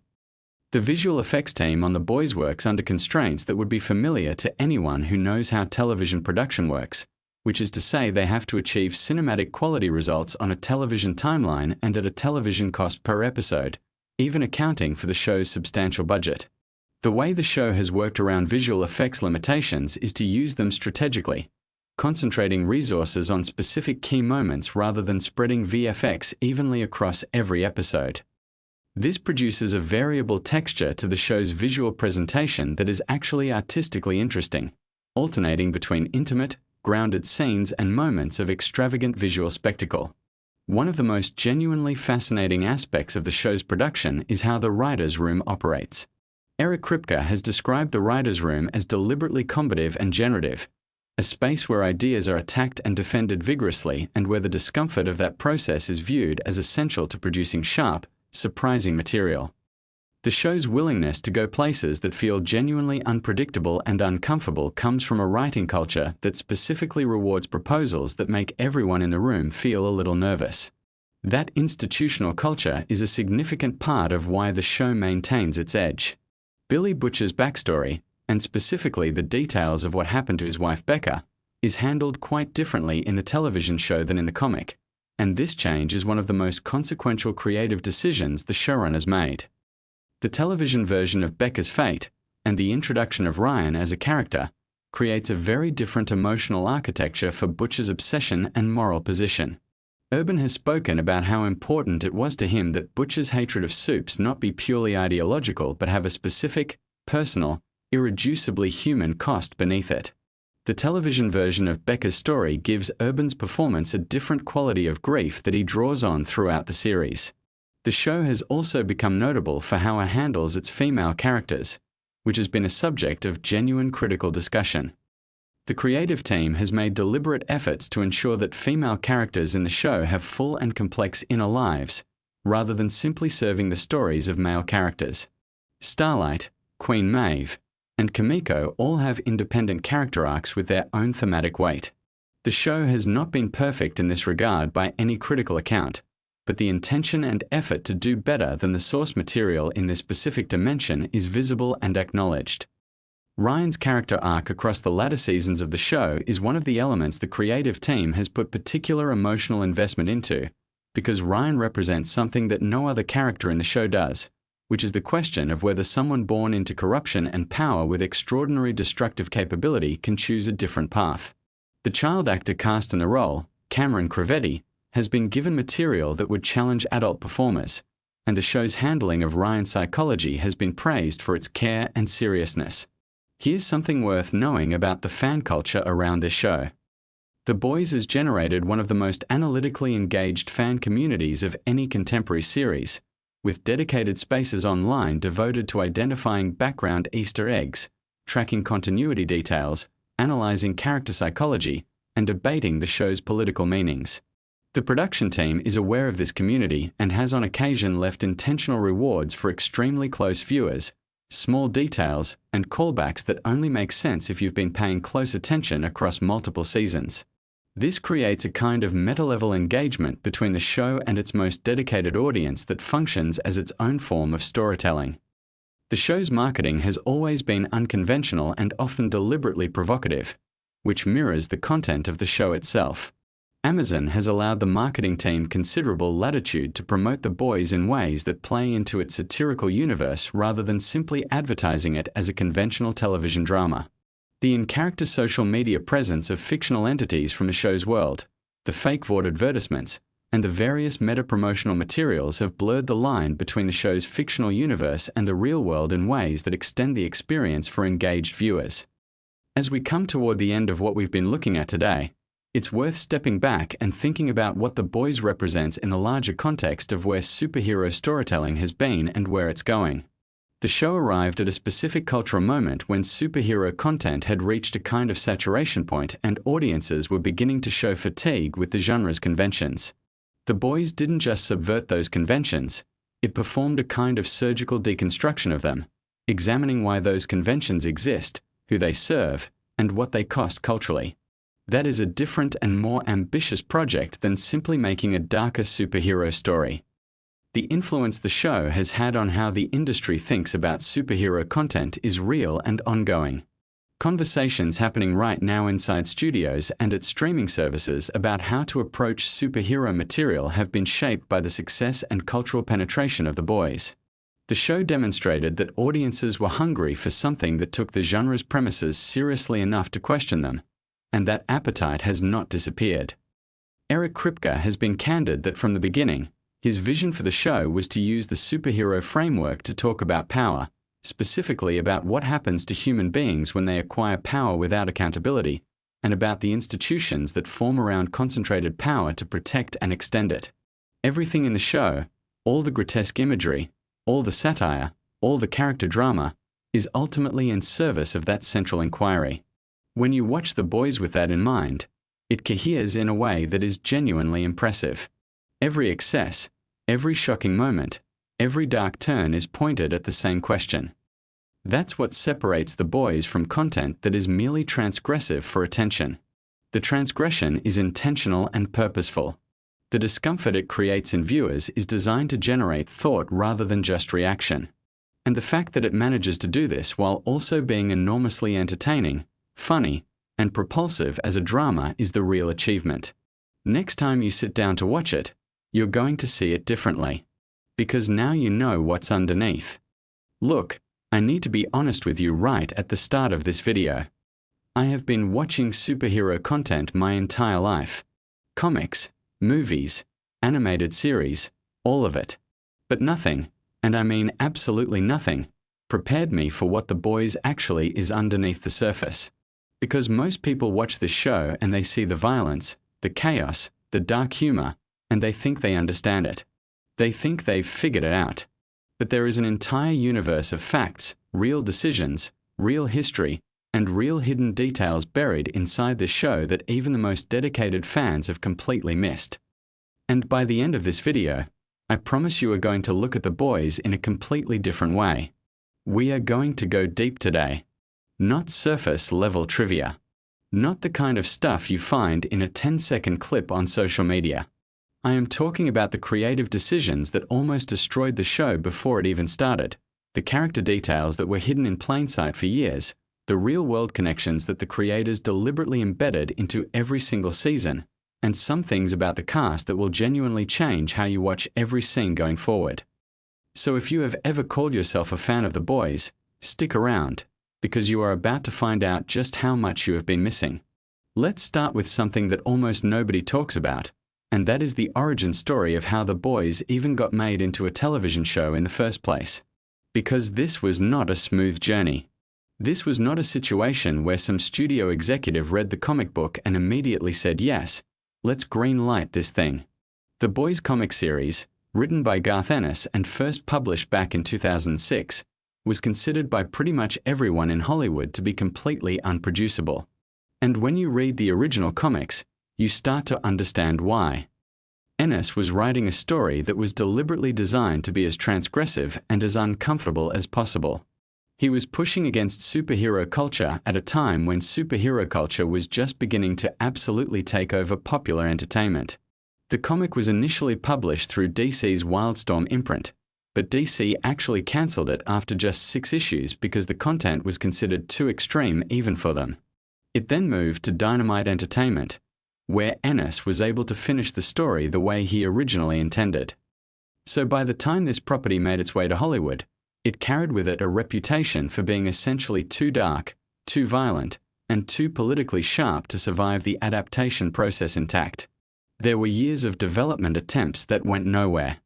The property bounced around, people were attached and then detached, and the general consensus was that any version of The Boys that could actually get made for mainstream audiences would have to be so watered down that it would lose everything that made it interesting in the first place. And then Amazon got involved, and specifically Eric Kripke got involved, and everything changed. Now here is something that actually surprises a lot of people when they learn it. Eric Kripke, the showrunner and the person most responsible for what The Boys became on screen, was the creator of Supernatural. That show ran for 15 seasons on the CW and was a very different kind of television. But what Kripke brought to The Boys was this deep understanding of how to balance genuine darkness with character work that makes audiences actually care about the people they are watching. He understood that you cannot just have shock value. You have to have heart underneath it. Otherwise, the audience eventually disconnects. And that balance, that very deliberate mixture of horror and humanity, is really the secret to why The Boys works as well as it does. But here is where it gets really interesting. Kripke has talked in interviews about the specific creative philosophy he and his team brought to the adaptation. They were not trying to faithfully reproduce every element of the comic book. In fact, some of the most beloved elements of the television show, some of the characters you have come to care about the most, are significantly different from their comic counterparts or were created entirely for the screen. And this was a deliberate choice. Kripke understood that what worked on the page in 2006 needed to be translated for an audience watching in a completely different cultural moment. The targets of the satire needed to evolve. The emotional stories needed to be deepened. And certain characters needed to be fundamentally reimagined to carry the weight the show required. Let's talk about Homelander, because you cannot talk about The Boys without talking about Homelander. Anthony Starr's performance as this character has been called one of the best villain portrayals in the history of television, and that is not hyperbole. But here is something fascinating about how that character was constructed. Starr has spoken about the approach he took to Homelander, and it is deeply rooted in a psychological framework of trauma and abandonment.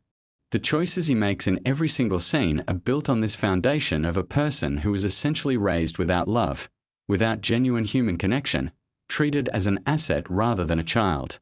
And Starr plays this not as a monster, but as a broken person whose brokenness manifests in truly terrifying ways.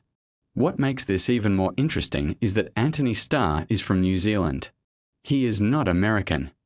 And Homelander is perhaps the most aggressively American character imaginable, wrapped in a flag, the embodiment of a certain kind of nationalist mythology. The fact that this character is being played by someone who grew up outside of American culture actually gives Starr a unique perspective on what he is portraying. He can see the archetype from the outside in a way that perhaps an American actor might not. He has talked about studying the specific kind of performative patriotism and the hollow heroism that Homelander represents, and bringing that studied understanding to every scene. It is a performance built on observation and analysis as much as instinct. And then there is the relationship between Homelander and Stormfront in Season 2, which was one of the most deliberately provocative storytelling choices the show has ever made. The decision to frame that relationship as a kind of toxic romance between two characters who represent very specific and very dangerous ideological positions was not accidental. The writers were drawing direct parallels to the way extremist ideologies can be packaged attractively, how they can be made to seem exciting and even romantic before revealing their true nature. That is a specific, intentional message embedded in the narrative, and the fact that most casual viewers experienced it primarily as a dramatic storyline rather than as explicit political commentary is actually a testament to how skillfully it was executed. Now let's talk about Karl Urban and Billy Butcher, because this is a character with some genuinely surprising real-world dimensions. Urban, who is also from New Zealand by the way, which means both Homelander and Butcher are being played by New Zealanders, has spoken about the physical and emotional demands of playing this character. Butcher is written as this relentlessly driven, almost self-destructive force of nature, and Urban has talked about leaning into the working-class British identity of the character as a way to access the chip on his shoulder, the class resentment, and the sense of being an outsider within every system he operates in. But here is something that many fans do not know. The Butcher of the television show is actually a significantly more sympathetic character than the Butcher of the original comic books. In Ennis's original vision, Butcher is far more ruthless and far more morally compromised. The television version gives him a backstory and an emotional wound, specifically around his wife Becca and what happened to her, that makes him understandable and even pitiable in ways the comic version never really was. This was a very conscious decision by the writers to make sure audiences had someone to root for, or at least someone to feel complicated things about, as they navigated a show where almost everyone is deeply flawed. The Becca storyline itself is actually an invention of the television show that has no direct equivalent in the comics, and it fundamentally changes the emotional architecture of everything Butcher does throughout the series. His motivation is not just abstract revenge against Vought and against the Supes. It is deeply personal, and it is driven by love and loss in a way that grounds all of his extreme behavior in something recognizably human. That was a smart piece of writing because it gives the audience an emotional anchor in a show that could easily become overwhelming in its darkness without one. Let's shift to Erin Moriarty and Annie January, also known as Starlight, because her arc across the seasons contains some fascinating real-world dimensions that do not get talked about enough. Moriarty has spoken extensively about the emotional and physical demands of playing a character who is constantly navigating between her authentic self and the performance that Vought demands of her. That tension between authenticity and corporate image management is one of the core themes of the show, and it maps very directly onto real conversations happening in entertainment, in social media culture, and in celebrity culture more broadly. What is interesting about Starlight is that she was conceived from the beginning as the audience's entry point into the world. She is the character who starts out believing in the system, who has genuine idealism, and who we watch have that idealism systematically dismantled. This is a classic narrative device, the innocent character whose loss of innocence mirrors the audience's own journey into understanding the story's dark worldview. But what elevates it beyond the cliché is that Starlight does not simply become cynical. She keeps fighting, keeps trying to hold on to something real, and that stubborn refusal to give up is what makes her one of the most compelling characters in the show. Now here is something genuinely surprising about the production of The Boys that most people have absolutely no idea about. The show films primarily in Toronto, Canada. Not in America. Not in New York or Los Angeles, where the fictional story is largely set. Toronto has been used to double for American urban environments for decades in film and television, but the specific challenge with The Boys is that so much of the show's identity is tied to a very specific vision of American power and American mythology. The production design team has to work incredibly hard to strip Toronto of its very recognizable Canadian visual identity and transform it into this heightened, slightly distorted vision of American corporate and superhero culture. There is actually a whole layer of the show that is built on this distortion idea. Vought Tower, the corporate headquarters of the superhero industrial complex in the show, is designed to be recognizable and yet slightly wrong in the way that the show's entire vision of America is recognizable and slightly wrong. The production designers have talked about wanting everything in Vaught's world to feel like it is just a few degrees off from reality, just exaggerated enough to be satirical without being so exaggerated that it loses its sting. because satire only works when the thing being satirized is close enough to reality that the comparison lands. Speaking of vought and corporate power, let's talk about one of the most underappreciated aspects of the show, which is how it functions as a critique of media and entertainment specifically, not just of superheroes in general. Vought is not just a company that makes superheroes. It is a media company, an entertainment company, a public relations machine. And the show is absolutely saturated with commentary about how media shapes perception, how stories can be manufactured and weaponized, how the line between heroism and marketing has essentially ceased to exist. This is directly connected to real conversations happening right now about the entertainment industry, about streaming culture, about how platforms like the one that broadcasts The Boys actually operate. There is a very deliberate and very ironic quality to the fact that The Boys, a show that is deeply critical of corporate media and corporate control of narrative, is itself a massive corporate streaming product. Kripke and his team are aware of this irony and have leaned into it in various ways throughout the show's run. It adds a layer of self-awareness that sophisticated viewers find genuinely rewarding. The Seven, the superhero team at the center of the show, were designed to function as a dark mirror of the Justice League. Every member of the Seven has an analog in DC Comics, and those parallels are not subtle. Homelander is Superman corrupted. Queen Maeve is Wonder Woman worn down by compromise. A-Train is the Flash consumed by insecurity and addiction. The Deep is Aquaman played as a figure of comedic humiliation. Black Noir is Batman stripped of the heroic mythology. These are deliberate design choices meant to force the audience to look at the superhero archetypes they love and ask what those archetypes would actually look like if they existed in the real world. And here is the fascinating thing about Black Noir specifically, because that character has one of the most interesting evolutions in the entire show. In the early seasons, Black Noir functions almost entirely as a silent, terrifying presence, an enigma. And the show's writers use that mystery very deliberately to build dread around the character.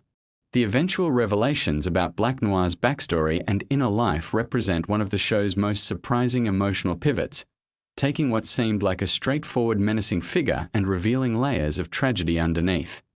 The creative team has talked about this as an example of the show's broader strategy of hiding genuine emotional complexity inside characters who initially appear to be one-dimensional. Let's talk about the music in The Boys, because this is an element that does not get nearly enough attention, and yet it is one of the most carefully considered aspects of the production. The show uses licensed music in a very specific way, choosing songs that create ironic contrast with what is happening on screen. This technique is not new in film and television. Kubrick was doing it, Scorsese was doing it, but The Boys deploys it with a consistency and a precision that has become one of its most recognizable signatures. The decision to pair extreme violence or corporate horror with cheerful, familiar pop songs does something very specific psychologically to the viewer. It creates a kind of cognitive dissonance that is actually a core part of the show's message. The comfort we feel when we hear familiar music is being deliberately disrupted by the visual content, and that disruption mirrors exactly what the show wants us to feel about the larger cultural landscape it is depicting. The things that are packaged as comforting and familiar, including heroism, patriotism, and entertainment itself, contain something deeply disturbing underneath. The music choices are not just aesthetic. They are thematic. Now let me tell you something about Jensen Ackles and his addition to the show in Season 3 as Soldier Boy, because this is where things get genuinely fascinating on multiple levels. Ackles, of course, worked with Kripke for 15 years on Supernatural, playing Dean Winchester.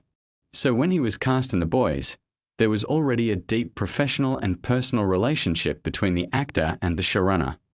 But here is what is interesting about how Soldier Boy was constructed. Soldier Boy is in some ways an even more pointed satirical creation than Homelander, because he represents a specific nostalgia, a longing for an imagined golden age of heroism that was never actually golden at all. He is a product of World War II-era mythology, the Greatest Generation narrative, the idea that there was a time when heroism was simple and pure and unambiguous. And the show systematically demolishes that idea. The contrast between the legend of Soldier Boy and the actual reality of who he is and what he did forms one of the show's sharpest and most interesting critiques of historical nostalgia. Ackles has talked about the physical preparation required for the role and also about the challenge of playing someone who is genuinely from a different era, who has been essentially frozen in his worldview and then thawed out into a present that he finds bewildering and contemptible. There is real comedy in that fish-out-of-water dimension of the character, but there is also real tragedy, because Soldier Boy is ultimately a person who is forged in a specific historical moment and cannot adapt beyond it. That inflexibility is presented as both dangerous and pathetic, which is a very precise satirical point. Here is something that genuinely blows people's minds when they first hear it. The training and physical preparation that the cast goes through for this show is extraordinary. Not just in the conventional action hero sense of building muscle and learning fight choreography, although that is certainly part of it. But the specific challenge of performing superpowered characters requires an enormous amount of work on how to move and hold your body in ways that suggest power that exists beyond normal human limits. Anthony Starr has talked about working with movement coaches specifically to develop Homelander's physical vocabulary, the way he occupies space, the way he enters rooms, the way his stillness can be more threatening than any action. This physical dimension of the performance extends to the flying sequences, which involve extensive work with wire rigs and green screen that then has to be seamlessly integrated in post-production. The technology involved in making the superhero powers look believable in the show's heightened realistic aesthetic is genuinely cutting edge, because unlike traditional superhero films, The Boys is trying to make powers look plausible in a world that otherwise resembles our own, which is actually a harder technical challenge than making them look spectacular in a world that is already fantastical. Let me now tell you about something in the writing room that has shaped the show in ways most viewers never consciously register. Kripke has assembled a writing team that brings a very specific set of cultural obsessions and political perspectives to the work. The show has writers who come from backgrounds in political comedy, in drama, in horror, and the way these different sensibilities interact in the room is directly visible in the final product. The Boys is genuinely unusual as a television show in that it can operate simultaneously as sharp political satire, as genuinely affecting emotional drama, and as a horror show with sequences that are legitimately disturbing. The writers have talked about the challenge of maintaining tonal consistency when you are working across such a wide range across a single episode.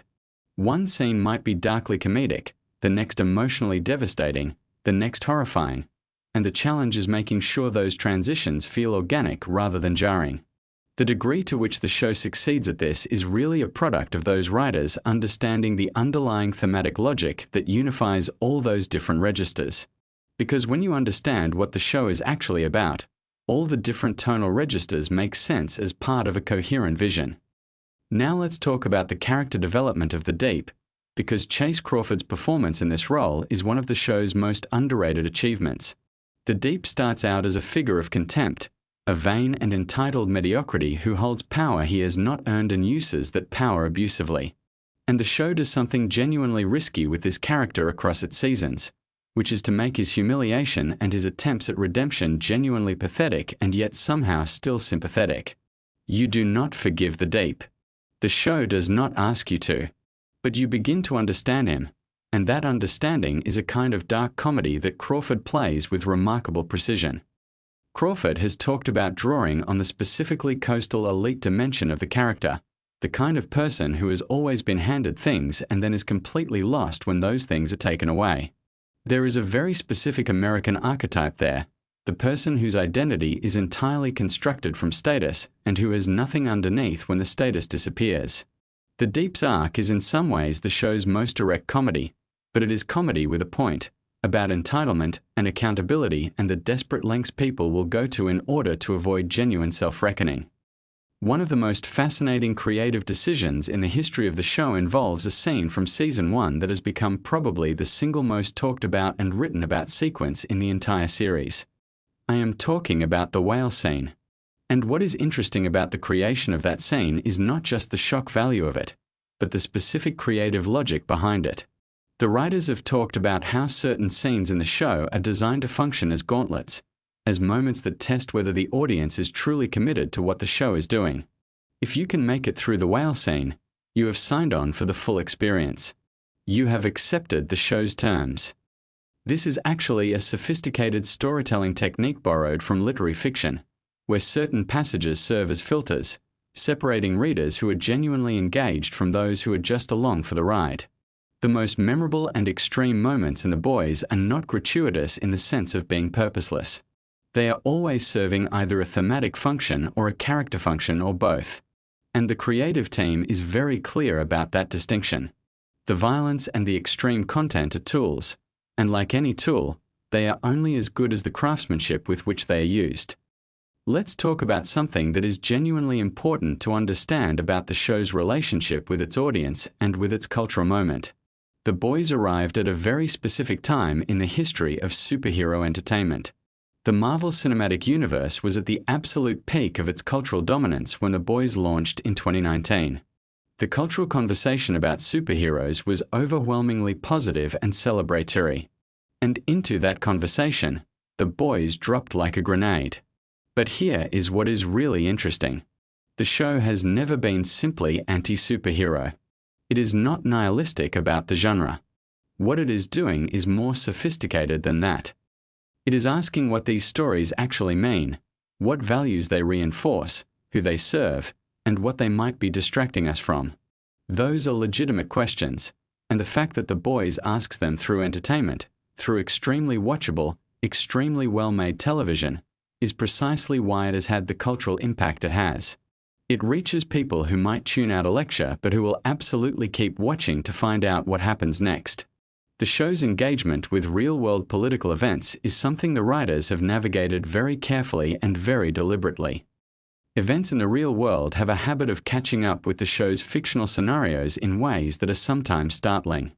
Kripke has talked about moments where the writer's room was working on storylines that then became eerily resonant with actual news events, and the challenge of deciding whether to lean into that resonance or to recalibrate to avoid seeming exploitative. That navigation requires real sensitivity and real craft, and the degree to which the show has managed it successfully is part of why it has maintained its critical reputation across multiple seasons. Now here is something about the production that I find genuinely remarkable. The stunt work on The Boys is, by any measure, some of the most complex and ambitious stunt work happening anywhere in television. The specific challenge is that you are staging fights between people who are supposed to have superhuman power and people who absolutely do not, and making that power differential feel visceral and real rather than just technical. The stunt coordinators have talked about developing entirely new approaches to fight choreography specifically for the show. Ways of staging and shooting combat that communicate the overwhelming physical dominance of soup characters while still keeping the normal human characters dramatically viable. This extends to the work done by Nathan Mitchell, who plays Black Noir, because that character requires an entirely physical performance with no dialogue and no visible facial expression. Everything Mitchell communicates has to come through body language, through movement, through presence. And creating a character who reads clearly and emotionally to audiences entirely through physical performance, especially one who is often in conflict with characters of very different scale and power, requires extraordinary skill both from the performer and from the choreographers and directors working with him. Let me tell you something about the show that I think is the most underappreciated thing about it overall, and that is the quality of its emotional core. For all the conversation about the violence and the satire and the political commentary, The Boys is ultimately a show about people trying to maintain their humanity under conditions that are designed to destroy it. Every major character in the show is engaged in that struggle, whether they know it or not. Billy Butcher is trying to hold on to the love that drives him even as his methods become increasingly monstrous. Starlight is trying to hold on to her values inside a machine designed to commodify them. Even Homelander, in his deeply broken way, is reaching for something like genuine connection, and finding only the hollow performance of it. That emotional architecture is what elevates the show above pure provocation. And it is what keeps audiences coming back season after season, even when the content is genuinely difficult. People are not watching for the spectacle alone. They are watching because they care what happens to these characters, and because the show, beneath all its shock and satire, is genuinely asking meaningful questions about what it means to be human in a world that constantly pressures you to be something else. There is one more thing I want to tell you about before we wrap this up, and it is something that speaks to the long-term ambition of what Kripke and his team have been building. From the very beginning, The Boys was conceived not as a show that would run indefinitely, squeezing content out of a franchise until it collapsed under its own weight, but as a story with a specific ending, a specific destination it was always moving toward. This is increasingly rare in the streaming era, where the commercial incentives push toward endless continuation and spin-off proliferation. The decision to treat the show as a finite story with real stakes and real consequences, where things actually end and characters actually face the results of their choices, is what gives the show its narrative integrity. That commitment to ending, to meaning, to the idea that stories should arrive somewhere rather than just continue forever, is reflected in every creative decision the show makes. The willingness to do irreversible things, to change the status quo in ways that cannot be walked back, to let characters be genuinely lost, is directly connected to the show's awareness that it is building toward something. And that awareness, that sense of purpose and direction, is something audiences feel even when they cannot articulate it. It is the difference between a show that holds your attention and a show that earns it. So the next time you sit down to watch The Boys, I want you to carry some of this with you. Think about the New Zealanders playing the most American archetypes imaginable. Think about the music choices and what they are telling you. Think about the specific emotional wounds that drive every character's choices. Think about the satirical precision underneath all the chaos. Because this show is built with more care and more intention than almost anything else on television right now. And now that you know what to look for, you are going to see it everywhere. If this video gave you something new to think about, hit that like button and let me know in the comments which of these facts genuinely surprised you the most. I am particularly curious whether anyone already knew about the New Zealand connection, because that one gets people every single time. Subscribe if you want more deep dives like this one, because we are just getting started. There is so much more to unpack about this show, and I will see you in the next video. The most chaotic, violent show on television was specifically designed to put you to sleep, and somehow, that's exactly what's going to happen tonight. The Boys is one of those rare shows that operates on multiple levels simultaneously. On the surface, it looks like a superhero story, but underneath it's a sharp, biting piece of social commentary wrapped in some of the most outrageous television ever produced. And the more you dig into the details, the more fascinating it becomes. So let's start at the very beginning, with the origins of the whole thing. The show is based on a comic book series written by Garth Ennis and illustrated by Derek Robertson. The comics were actually so controversial and so dark that DC Comics originally dropped the series before it even really got going. They decided the content was just too extreme for their imprint. The series eventually found a home with Dynamite Entertainment and ran for 72 issues. Now here's what's interesting about that. When the show was eventually developed for Amazon Prime Video, the showrunner Eric Kripke, who you might know from creating Supernatural, made it very clear early on that the show would not be a direct copy of the comics. They would take the spirit, the themes, the characters, and the general shape of the story, but they would tell it in their own way. And that approach turned out to be one of the smartest decisions anyone made in the entire production. Now as you're lying there starting to relax, let's talk about the names in this show, because the naming conventions are actually really clever and worth thinking about as you drift. Vought International, the corporation at the center of everything, is named after Friedrich Vought, a fictional Nazi scientist who supposedly created the original compound that gives soups their powers during World War II. That backstory gets explored more and more as the seasons progress, and it adds this genuinely unsettling historical weight to what could have just been a fun fictional evil corporation. Instead, it becomes something with actual roots, a lineage of awfulness that stretches back decades. There's real craft in that kind of world building, and it rewards viewers who pay attention. Speaking of world building, the show creates an entire fictional media landscape around Vought. There are fake movie trailers, fake news networks, fake merchandise, fake social media personalities for the superheroes. The level of detail that the production team puts into this parallel world is genuinely remarkable. There are actual functioning websites for Vought International, fake social media accounts for characters like Homelander and Starlight, and promotional materials that get released online to build hype before new seasons. It's one of the most immersive transmedia experiences any streaming show has ever created. And it works because it mirrors our actual world just closely enough to feel a little too real. Let's take a quiet moment and think about Homelander, because he is one of the most carefully constructed villains in recent television history. Anthony Starr, the actor who plays him, is actually from New Zealand. And he has spoken in various interviews about the psychological research he did to prepare for the role. Homelander is not just a powerful bad guy. He's a deeply traumatized individual who was essentially raised in a lab, denied genuine human connection, and turned into both a weapon and a product simultaneously. The team at the show worked to create a character who is terrifying but also, in very specific moments, genuinely pitiable.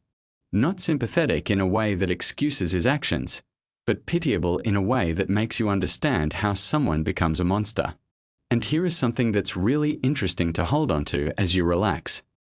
The show consistently explores this idea that fear and power interact in very specific ways. Characters who are visibly afraid of Homelander often end up in worse situations than characters who manage to hold their ground or show him genuine humanity. That's not just a plot mechanic. It's actually rooted in real psychology around dominance and submission dynamics. The writers clearly thought carefully about how power operates, not just in superhero stories, but in corporations, governments, and interpersonal relationships. That's the kind of intellectual depth that makes The Boys worth thinking about even when you're winding down. Now let's float over to talking about the cast, because there are some wonderful little facts here that you might find soothing to drift through. Carl Urban, who plays Billy Butcher, kept his American accent throughout filming for the first several seasons, which is especially impressive given that Urban is a New Zealander. His natural accent is actually quite different from Butcher's specific British working-class voice, which itself required significant dialect work. So Urban was doing a British working-class accent while being a New Zealander working primarily in North America. That's 3 layers of performance just in the voice. Jack Quaid, who plays Huey Campbell, is the son of actors Dennis Quaid and Meg Ryan. He actually modeled some of Huey's nervous energy and emotional accessibility on his own natural personality, describing himself as someone who genuinely feels things deeply and tends to show it. And it shows on screen, because Huey is one of the few characters in the entire show who consistently operates from a place of genuine moral feeling rather than pragmatism or self-interest. He's often wrong about how to act on that moral feeling, but the feeling itself is always real. That's what makes him such an effective anchor for the audience. As you settle deeper into comfort, let's talk about the title cards and episode naming conventions, because there's real thought here too. Episodes of The Boys are often titled after songs, album names, or cultural references that thematically connect to what happens in the story. The show uses these titles as a kind of secondary layer of meaning, a hint at the emotional register of what you're about to watch. For people who catch the references, there's an extra layer of satisfaction. For people who don't, the episodes still work perfectly on their own terms. That's good design. It works on multiple levels without requiring any particular prior knowledge. The production design of The Boys is something that deserves its own appreciation. The Seven's headquarters, the tower, the corporate spaces, all of that was designed to feel like the nightmare version of what you might imagine a superhero-themed corporation actually looking like. Sleek, expensive, deliberately intimidating. The production team drew on references from real corporate architecture, the kind of glass and steel aesthetic that major tech companies and financial firms use to project power and permanence. By putting superheroes in that specific visual context, the show immediately signals that this is not your typical superhero story. This is a story about what happens when power goes entirely unchecked. Let me drift us towards something a little more specific and fun. The Legend of the Legend character, played by Paul Racer, is designed as a nod to real figures from comic book history. In the comics, the character was conceived as a reference to legendary creators who built entire fictional universes and whose legacy became complicated over time. The show uses the character somewhat differently, as a kind of institutional memory for the world of Vought, someone who was there at the beginning and carries all that complicated history. Paul Racer brings a genuine warmth and world-weariness to the role that makes the character immediately compelling even without all the context. Something that's easy to miss but worth appreciating as you drift is how the show handles its supporting characters. Even minor characters who only appear in a handful of scenes tend to have coherent internal logic. They have things they want, things they're afraid of, reasons for their behavior that make sense within the world. That kind of consistency is extremely hard to maintain across a large ensemble cast over multiple seasons, and it speaks to a writer's room that takes its work seriously even when the content on screen is absolutely ridiculous. Now let's think about the physical production of the show for a moment, because it was filmed primarily in Toronto, Canada, with occasional location shoots elsewhere. Toronto is one of the great filming cities in the world precisely because it can convincingly double for so many different American environments depending on how you shoot it. The production team was skilled at using the city's varied architecture to create different feels for different parts of the fictional world. The corporate Vought spaces feel different from the street-level neighborhoods where Butcher and his crew operate, and that visual distinction is part of how the show maintains its thematic contrasts. Take a slow breath in and out. Let's talk about the soundtrack choices on the show, because they're frequently surprising and always intentional. The music supervisors have a talent for selecting songs that create ironic contrast with what's happening on screen. Extremely violent or disturbing sequences are sometimes scored with cheerful or nostalgic music, and that juxtaposition does something interesting to your experience as a viewer. It creates a kind of cognitive dissonance that reflects the show's central theme, that the most dangerous things often come packaged in the most appealing containers. Superheroes look like heroes. They're branded, marketed, beloved. And yet, the show's writing team has talked about how they approach each season by first identifying what real-world dynamics they want to explore and then building the story around those dynamics. Rather than starting with plot mechanics and then imposing themes afterward, they start with the question of what they actually want to say. What aspect of power, media, celebrity, corporate behavior, or political manipulation do they want to examine this season? And then they build everything else around that core inquiry. That's a fundamentally different approach from how many television shows are written, and it helps explain why The Boys feels so coherent even when the individual episodes are wildly chaotic. As you sink a little deeper into relaxation, let's appreciate the show's approach to female characters, because it's worth noting. The show has consistently worked to give its female characters agency, complexity, and storylines that aren't just in service of the male characters' arcs. Characters like Starlight, Queen Maeve, Sage, and others are all fully realized people with their own motivations, their own histories, and their own relationships to power. Some of them make choices that are questionable or even terrible, but they're making those choices for their own reasons, not just to serve as props in someone else's story. That's harder to accomplish than it sounds, and the show does it consistently. The relationship between the show and its source material is genuinely interesting from a craft perspective. Kripke and his team knew that a straight adaptation of the comics would not work for mainstream television, both because of content limitations and because the comic-specific satirical targets were rooted in a particular cultural moment that had already passed. So they kept the architecture of the original but renovated everything inside, updating the targets, deepening the character work, and finding new ways to make the core satirical points land for a contemporary audience. It's a masterclass in adaptation as creative interpretation rather than literal translation. Let your shoulders drop a little. Let your jaw unclench. We're going to keep drifting through some of the quieter corners of this fascinating world. The decision to make Homelander an explicit parallel to certain real-world figures was a deliberate choice that the show has leaned into more heavily as the seasons have progressed. The writers have talked about how they're interested in the psychology of charisma, specifically how someone with genuine charisma can use it to get away with increasingly terrible behavior while maintaining a loyal following. Homelander's trajectory across the seasons is essentially a study in how that escalation works. Each season he goes a little further. Each season his followers rationalize a little harder. And the show asks you to sit with the discomfort of recognizing those patterns from the real world. The Compound V mythology in the show is another area where the writers did careful, detailed thinking. The idea that superhero powers come from a pharmaceutical product developed by a corporation means that powers are not inherently heroic. They are manufactured. They are commodified. They are controlled. The corporation decides who gets them, under what conditions, with what restrictions. And that shifts the entire moral landscape of the story in ways that the show keeps exploring from new angles. What does it mean to have power that belongs to someone else? What do you owe them in return?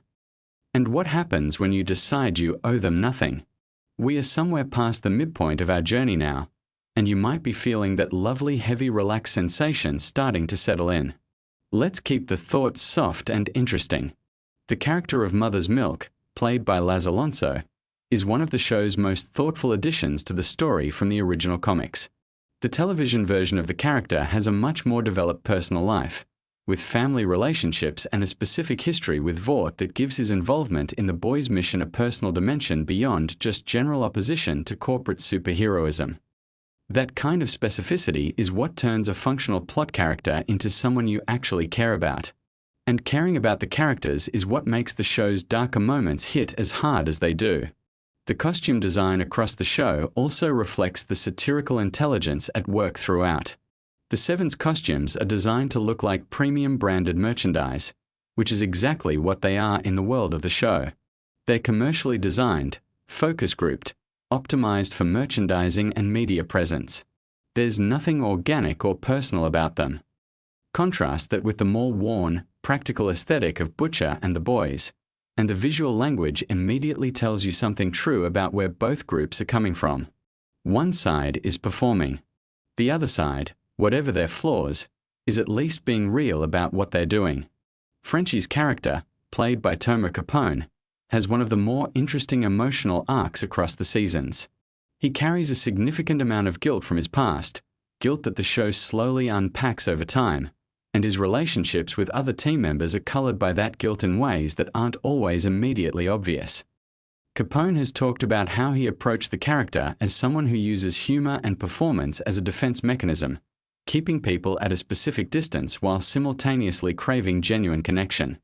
That's a very specific and very human psychological profile, and the show gives him enough space to actually explore it. The show's approach to humor is worth appreciating as you let your thoughts drift and slow. The comedy in The Boys is often extremely dark, but it's not mean-spirited in a simple way. The show tends to aim its harshest satirical energy upward, at the powerful and the corrupt and the hypocritical, rather than downward at the vulnerable. The people who get the sharpest treatment are almost always people who deserve it. And within the chaos and darkness, the show also finds moments of genuine warmth and even tenderness between characters who care about each other. Those moments of genuine human connection are what give the darker stuff its weight. Kimiko's character, played by Karen Fukuhara, operates largely without dialogue for significant portions of the earlier seasons, communicating primarily through physicality and expression. Fukuhara has spoken about how she worked with the production team to develop a full internal emotional life for Kimiko even in scenes where she has nothing to say. The result is a character who communicates volumes without words, which is actually a very difficult performance skill. Every fight sequence Kimiko is in is also choreographed to reflect her specific character rather than just generic action choreography. The way she moves tells you who she is. Let the thoughts come slower now. Let them float rather than race. One of the things that makes The Boys genuinely distinctive in the landscape of prestige television is its willingness to be genuinely uncomfortable. Not just edgy or provocative for attention, but actually uncomfortable in ways that make you think about your own relationship with the things being satirized. How much of your media consumption is driven by parasocial attachment to celebrity rather than actual values alignment? How often do you accept the branding of something rather than looking at what's underneath it? The show keeps asking those questions, not by putting them into dialogue, but by making you feel the discomfort of the answer. The visual effects work on the show has consistently punched above what you might expect for a television production. The team uses a combination of practical effects, stunt work, and digital effects, and they blend them in ways that keep the action feeling grounded even when the things happening are completely impossible. That groundedness is important because it keeps the characters feeling like people rather than cartoon figures. And when the characters feel like people, the story can actually mean something. Ashley's character arc across the seasons is one of the more quietly interesting threads in the whole show. She starts as a corporate functionary, someone who has genuinely sacrificed her better instincts in service of institutional advancement. And she stays in that compromised position through sheer determined avoidance of anything that might get her noticed or eliminated. There's something both comic and genuinely sad about a character whose primary survival strategy is to become as invisible and inoffensive as possible while surrounded by chaos. And the show is smart enough to acknowledge both dimensions without letting either overwhelm the other. Your breathing is probably slower now. Your body heavier. This is a good place to be. The show's satirical targets have shifted slightly from season to season as the real-world context has evolved. What started primarily as a satire of superhero media and corporate power has expanded to include social media dynamics, political demagoguery, religious institutions, and the psychology of movements built around charismatic but deeply flawed leaders. The writers have proven consistently willing to follow the thematic logic wherever it leads rather than staying in a comfortable lane. That's riskier, and it occasionally means the show overreaches, but it also means it stays genuinely engaged with the world rather than just recycling the same observations. Soulja Boy's character, played by Jensen Ackles, was a significant addition to the later seasons. Ackles, who had worked with Kripke on Supernatural, brought a specific kind of effortless charisma to the role that serves the character perfectly. Soulja Boy is supposed to feel like a certain era's idea of heroism, confident, physical, unreflective, deeply rooted in a set of values that look romantic from a distance and deeply problematic up close. Ackles plays all of that in a performance that's funny and disturbing in roughly equal measure, which is exactly the balance the show was going for. The show's depiction of media dynamics is one of its most consistently sharp satirical elements. Vought functions like a media company as much as anything else, because its superheroes are intellectual properties as much as they are people. They are brands. Their public images are managed with the same ruthless professionalism that any corporation would apply to its most valuable assets. And the show keeps returning to the gap between that carefully managed image and the reality underneath. That gap is where the horror lives. And also, frequently, where the comedy lives. As you settle towards sleep, hold on to this last thought. The Boys is ultimately a show about accountability, specifically what happens when accountability fails, when power goes unchecked, when the systems designed to keep the powerful honest are captured by the powerful themselves. And what it asks is whether ordinary people with ordinary resources and deeply imperfect characters can find ways to hold on to something true in that environment. It doesn't always give optimistic answers, but it takes the question seriously. And that seriousness, underneath all the chaos and the outrageous spectacle, is what makes it matter. Let your thoughts drift now like the quietest possible version of this enormous chaotic world. Just the interesting ideas floating by without weight or urgency. The craft that went into building it. The care that went into the characters. The intelligence underneath the madness. Let all of it carry you gently down into a deep and restful sleep. You've earned it. Good night. Before Carl Urban ever said a single word as Billy Butcher, the showrunner behind Supernatural sat down and made a quiet decision that would change how millions of people think about superheroes forever. The Boys premiered on Amazon Prime Video on July 26, 2019. The first season dropped all 8 episodes at once, which was a deliberate choice. The creators wanted viewers to experience the story as one continuous journey rather than waiting week to week. It was a binge-first design, and it worked. The show immediately captured millions of viewers and sparked conversations that spread across every corner of the internet. But long before anyone watched a single frame of that show, it existed as a comic book. Garth Ennis and Derek Robertson created The Boys as a comic series that ran from 2006 to 2012. The source material was even more extreme than what made it to television. Showrunner Eric Kripke, who you might know from creating Supernatural, took the comic and carefully shaped it into something that could work as a prestige streaming drama without losing its sharp satirical edge. That balancing act was one of the most interesting creative challenges the production team faced. Eric Kripke has spoken openly about how the show functions primarily as political and social satire. The superheroes in the world of The Boys are not noble protectors. They are corporate products managed by a company called Vought International. Everything about them, their image, their merchandise, their public appearances, is manufactured and controlled. Kripke wanted to use that fictional world as a mirror held up to real celebrity culture, corporate power, and media manipulation. The result was something that felt uncomfortably familiar. Let's talk about the casting process because it was genuinely fascinating. Karl Urban, the actor who plays Billy Butcher, the fierce and relentless leader of The Boys, was not the first person considered for the role. The character is described as having a very specific energy, a coiled tension beneath every word, a volcanic anger always threatening to erupt. Urban brought something irreplaceable to that character. His performance is layered with pain and conviction in a way that made audiences deeply invested in a person who is objectively doing morally questionable things. Urban himself prepared for the role by leaning into the character's backstory, particularly the traumatic loss that drives Butcher's obsession with superheroes. That grief is what makes Butcher understandable even when he's not sympathetic. It's one of the more sophisticated character constructions in the first season. Now here's something that might surprise you.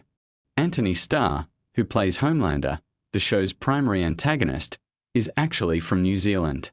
His natural accent is nothing like the polished, all-American voice he uses as Homelander.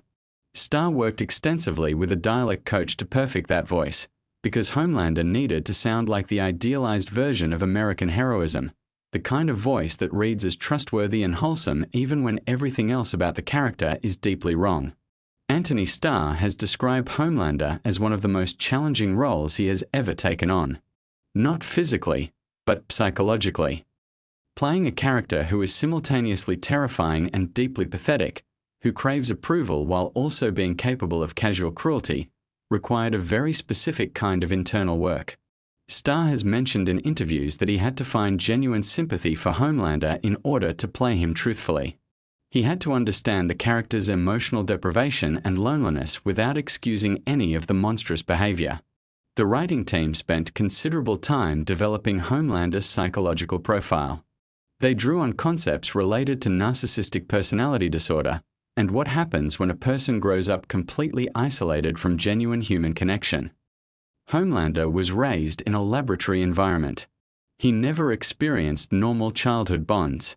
That backstory, revealed gradually through the first season, reframes him from a simple villain into something more tragic and disturbing. Jack Quaid, who plays Huey Campbell, the emotional center of the show, is the son of actor Dennis Quaid and singer Meg Ryan. He grew up in a household with significant Hollywood experience around him, but he pursued his own path methodically. The Huey character is the audience's entry point into this world.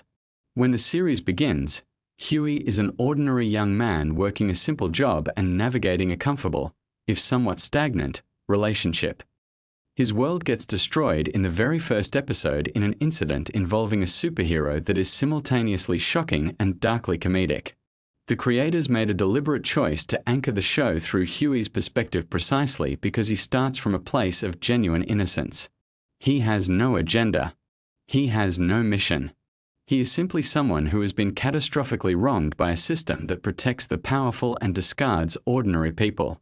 Watching him evolve across the first season from heartbroken bystander to active participant in something morally complicated is one of the most satisfying character arcs in the entire run. Erin Moriarty plays Annie January, also known as Starlight, and her storyline in Season 1 is perhaps the most emotionally resonant of all the characters on the superhero side of the story. Annie begins the season achieving her lifelong dream of joining the Seven, the show's version of a premier superhero team. Within her first hours as a member, that dream begins to crumble as she discovers the reality behind the institution she idolized.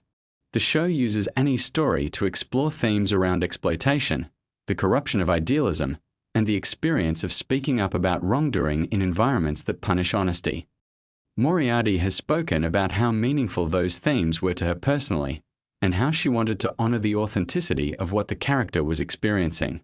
Her performance throughout Season 1 walks a careful line between vulnerability and strength that accumulates real emotional power by the finale. Let's slow down for a moment. If you're drifting, That's perfectly fine. Let these facts just float through your mind gently. There's no urgency here.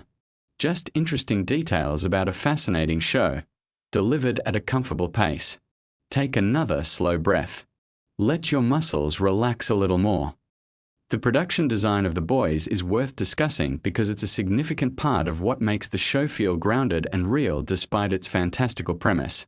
The design team made very deliberate choices about how superheroes would dress, move through public spaces, and interact with corporate environments.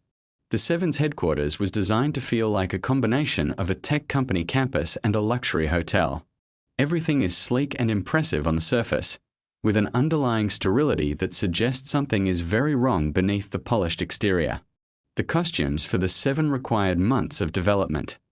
Homelander's suit in particular was engineered to communicate specific things about the character.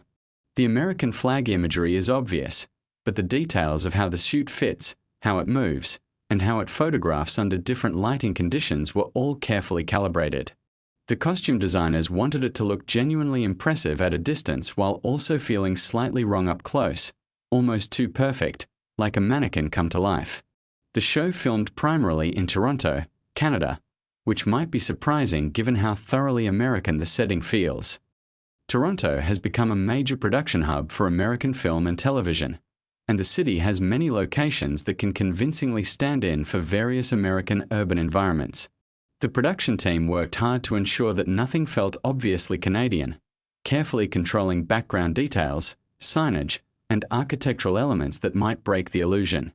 One of the more technically impressive sequences in the first season involves a speedboat on the Hudson River that intersects with a whale. This scene required an enormous amount of coordination between practical effects and digital effects teams. The sequence is one of the show's most memorably absurd and shocking moments, and creating it involved challenges around how to make the digital elements feel physically real and weighty rather than obviously computer-generated. The effects team has spoken about the complexity of that particular sequence and how proud they were of the final result. The show's approach to violence was a conscious artistic and thematic choice. The violence in The Boys is not stylized or made to look cool. It is almost always visceral, consequential, and uncomfortable to watch. This was deliberate. The creators wanted to reject the tradition of superhero films and television shows where violence happens without lasting physical or emotional consequences. In The Boys, things break and people do not simply recover. That approach reinforces the show's central argument about how we glamorize power and ignore its costs. The music choices throughout Season 1 are also worth appreciating. The show uses familiar popular songs in moments where the contrast between the cheerful music and the disturbing events on screen creates an unsettling effect. This technique has roots in the tradition of films like A Clockwork Orange and Reservoir Dogs, where the juxtaposition of upbeat music with dark content forces the audience to examine their own emotional responses. The Boys uses this tool with precision. Now let's talk about some of the smaller details that dedicated viewers discovered. The fictional brand of Vought International is embedded throughout the world of the show in ways that casual viewers might miss. There are Vought advertisements in the background of scenes. Vought products appear on shelves. The company's influence is visible in every corner of the world these characters inhabit, which reinforces the idea that Vought is not just a powerful company but a totalizing presence in the culture of this fictional America. The show also includes many satirical references to real-world corporate and political behavior. When Vought executives discuss strategy, their conversations echo actual discussions that happen in boardrooms around marketing, crisis management, and the protection of brand value. When politicians in the show debate whether superheroes should be incorporated into the military, the arguments mirror actual debates about corporate power and the relationship between private entities and government functions. These parallels are entirely intentional. Elizabeth Shue plays Madeline Stillwell, a senior Vought executive who manages Homelander among other heroes. Her performance is fascinating because she plays a character who is completely comfortable with moral corruption while maintaining a surface warmth and professionalism. Stillwell is one of the more chilling figures in the first season because she never seems frightened by what she knows about the people she manages. The dynamic between Stillwell and Homelander is one of the first season's most psychologically interesting relationships. Chase Crawford plays the Deep, a member of the Seven whose storyline in Season 1 functions as both satire and a surprisingly earnest exploration of accountability. The Deep believes himself to be a significant and respected figure. The reality is more complicated.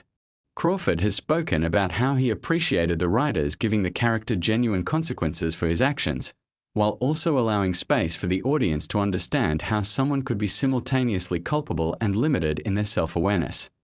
Laz Alonso plays Mother's Milk, a member of the Boys whose grounded pragmatism makes him one of the most watchable characters in the ensemble. The character has a family, a wife and daughter, which immediately raises the emotional stakes around his involvement in the dangerous work the Boys are doing. Alonso has discussed how important it was to him that Mother's Milk not be reduced to a one-dimensional tough guy, that the family element be taken seriously and used to illuminate the real costs of the life he is leading.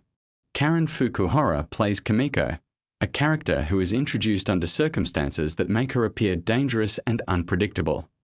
Her arc across the first season is one of quiet revelation. As audiences learn more about where she came from and what was done to her, the character shifts from a threat to someone who is herself a victim of the same system the Boys are fighting against. Fukuhara has spoken about how she worked to communicate Kimiko's inner life entirely through physical performance, since the character does not speak, and how liberating and challenging that constraint was. Toma Capone plays Frenchie, a member of the Boys whose backstory involves a complicated personal history with crime and moral failure. Frenchie's relationship with Kimiko becomes one of the emotional cores of the show, and the development of that connection across the first season is handled with more delicacy and care than you might expect from a show with this reputation for intensity. Let the details settle around you like something soft and warm. You don't need to hold onto every word. Just let them drift by. The facts are interesting. The stories are real. And there's nothing you need to do right now except breathe slowly and let yourself be still.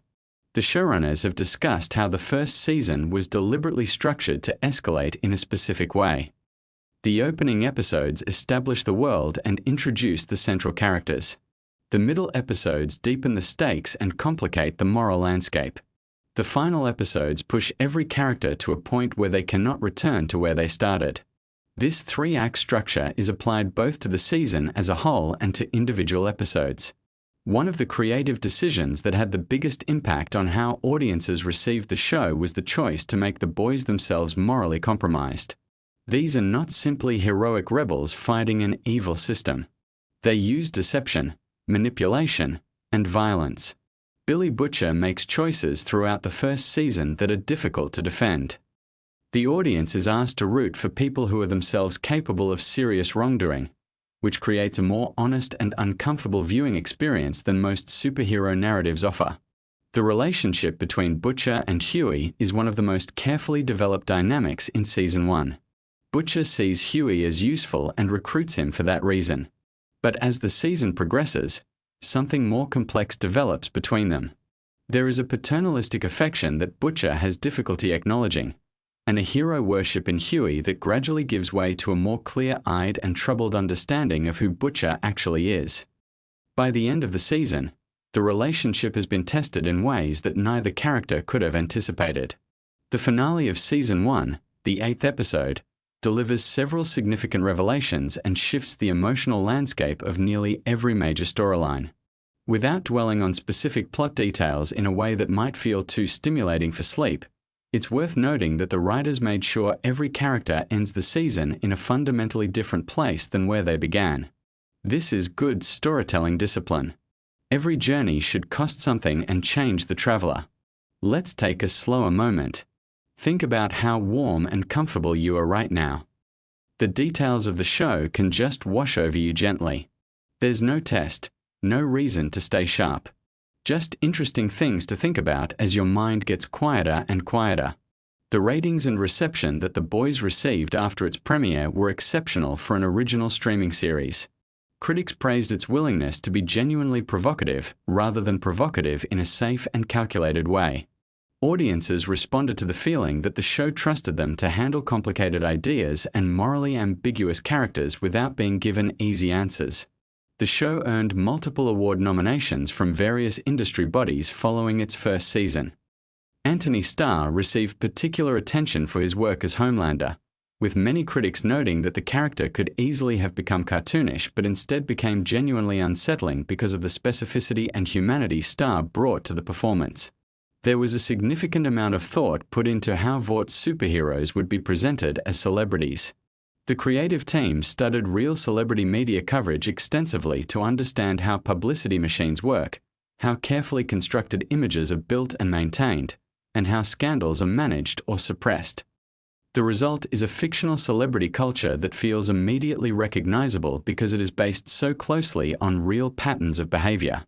The show's satirical targets in Season 1 include media consolidation, pharmaceutical companies, the military-industrial complex, organized religion, and the entertainment industry.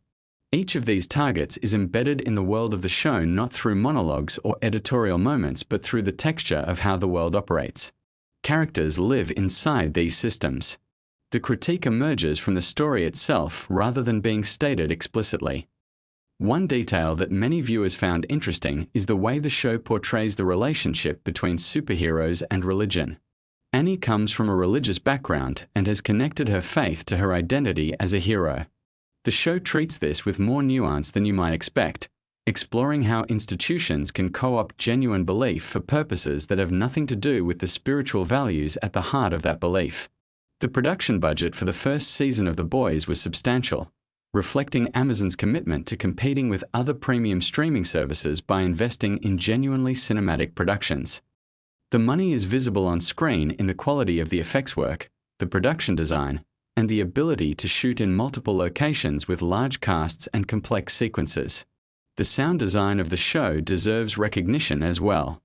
The way certain scenes are constructed orally, with precise control of ambient sound and music, creates an atmosphere that reinforces the emotional content of what is happening visually. The sound team worked to ensure that the show's quieter moments felt as carefully crafted as its most explosive sequences. Let the quiet of right now be something pleasant. Your breathing is probably slower than it was when we started. Your thoughts are probably less sharp. This is exactly where you want to be. There's still a little more to hear, so let it come gently. The Boys developed a passionate fan community very quickly after its premiere. Viewers created detailed analyses of the show's political subtext, character psychology, and narrative structure. Fan communities across multiple platforms generated discussion, fan art, theories, and creative work inspired by the show. This level of engagement is something the creators have spoken about with genuine appreciation, noting that the show sparked exactly the kind of conversation they hoped it would. Eric Kripke has been active in communicating with the audience about the show's intentions and themes. He has consistently framed the series as a work of satire that invites audiences to examine their own relationship with power, celebrity, and the stories we tell about what makes someone heroic. That clarity of artistic intention is part of what gives the show its coherence and impact. One of the more interesting technical aspects of the first season is how the directors handled the visual presentation of superpowers. The decision was made to ground the superhero action as much as possible in practical reality, rather than leaning into the spectacular visual glamour of big-budget superhero films. Powers are shown with a focus on physical cause and effect, on weight and mass and consequence, rather than as sources of cinematic wonder. This approach is another expression of the show's central thesis about demystifying power. The writing room for the first season was diverse in terms of perspective and background, which contributed to the range of angles from which the show examines its themes. Multiple writers brought different life experiences and areas of expertise to the development of storylines and characters, which is visible in the texture and specificity of the world the show creates. The show manages something genuinely difficult, which is being simultaneously funny and disturbing. Many scenes operate on both registers at once, which requires extraordinary precision in the writing, directing, and performance. The comedy never undermines the emotional reality of what is happening. The darkness never completely overwhelms the show's sense of absurdity. Maintaining that balance across 8 episodes of a first season is a real achievement. You might be feeling very comfortable right now. Maybe your eyes feel heavy, or your thoughts are starting to move more slowly. That's a perfectly natural place to be. There is no hurry. The show's details will still be here in the morning if you want to think about them again. For now, let them just be soft background texture as your mind moves toward rest. The boys of the title, the core group that Billy Butcher assembles, each brings something different to the team's dynamic. Butcher provides drive and ruthlessness. Huey provides moral perspective and emotional grounding. Mother's Milk provides discipline and structure. Frenchie provides expertise and an unexpected warmth. Kimiko provides capability and a kind of silent moral clarity. Together, they function as a counter-institution to Vought, fighting corporate power with improvisation and desperation. The Seven, Vaught's premier team, mirror and contrast the boys in interesting ways. Where the boys are held together by complicated personal loyalty, the Seven are held together by contract and performance. Where the boys are honest about what they are even when that honesty is uncomfortable, the Seven maintain a constant fiction about what they represent. This structural contrast is one of the show's most elegant organizational choices. The show ends its first season having established a world that is richly detailed, thematically coherent, and populated by characters whose futures remain genuinely uncertain. The choices made in those 8 episodes set up everything that would follow while also functioning as a complete story with its own beginning, middle, and resolution. For a show that arrived with the expectation of being provocative and extreme, The Boys Season 1 surprised many viewers with how emotionally engaged it made them. The satirical framework never prevented genuine feeling from emerging. The dark comedy never kept the dramatic stakes from feeling real. The political commentary never reduced the characters to mouthpieces. All of these elements coexisted because the creative team never lost sight of the human stories at the center of everything. Everything you've heard tonight is just a small selection from the full depth of interesting details available about this show.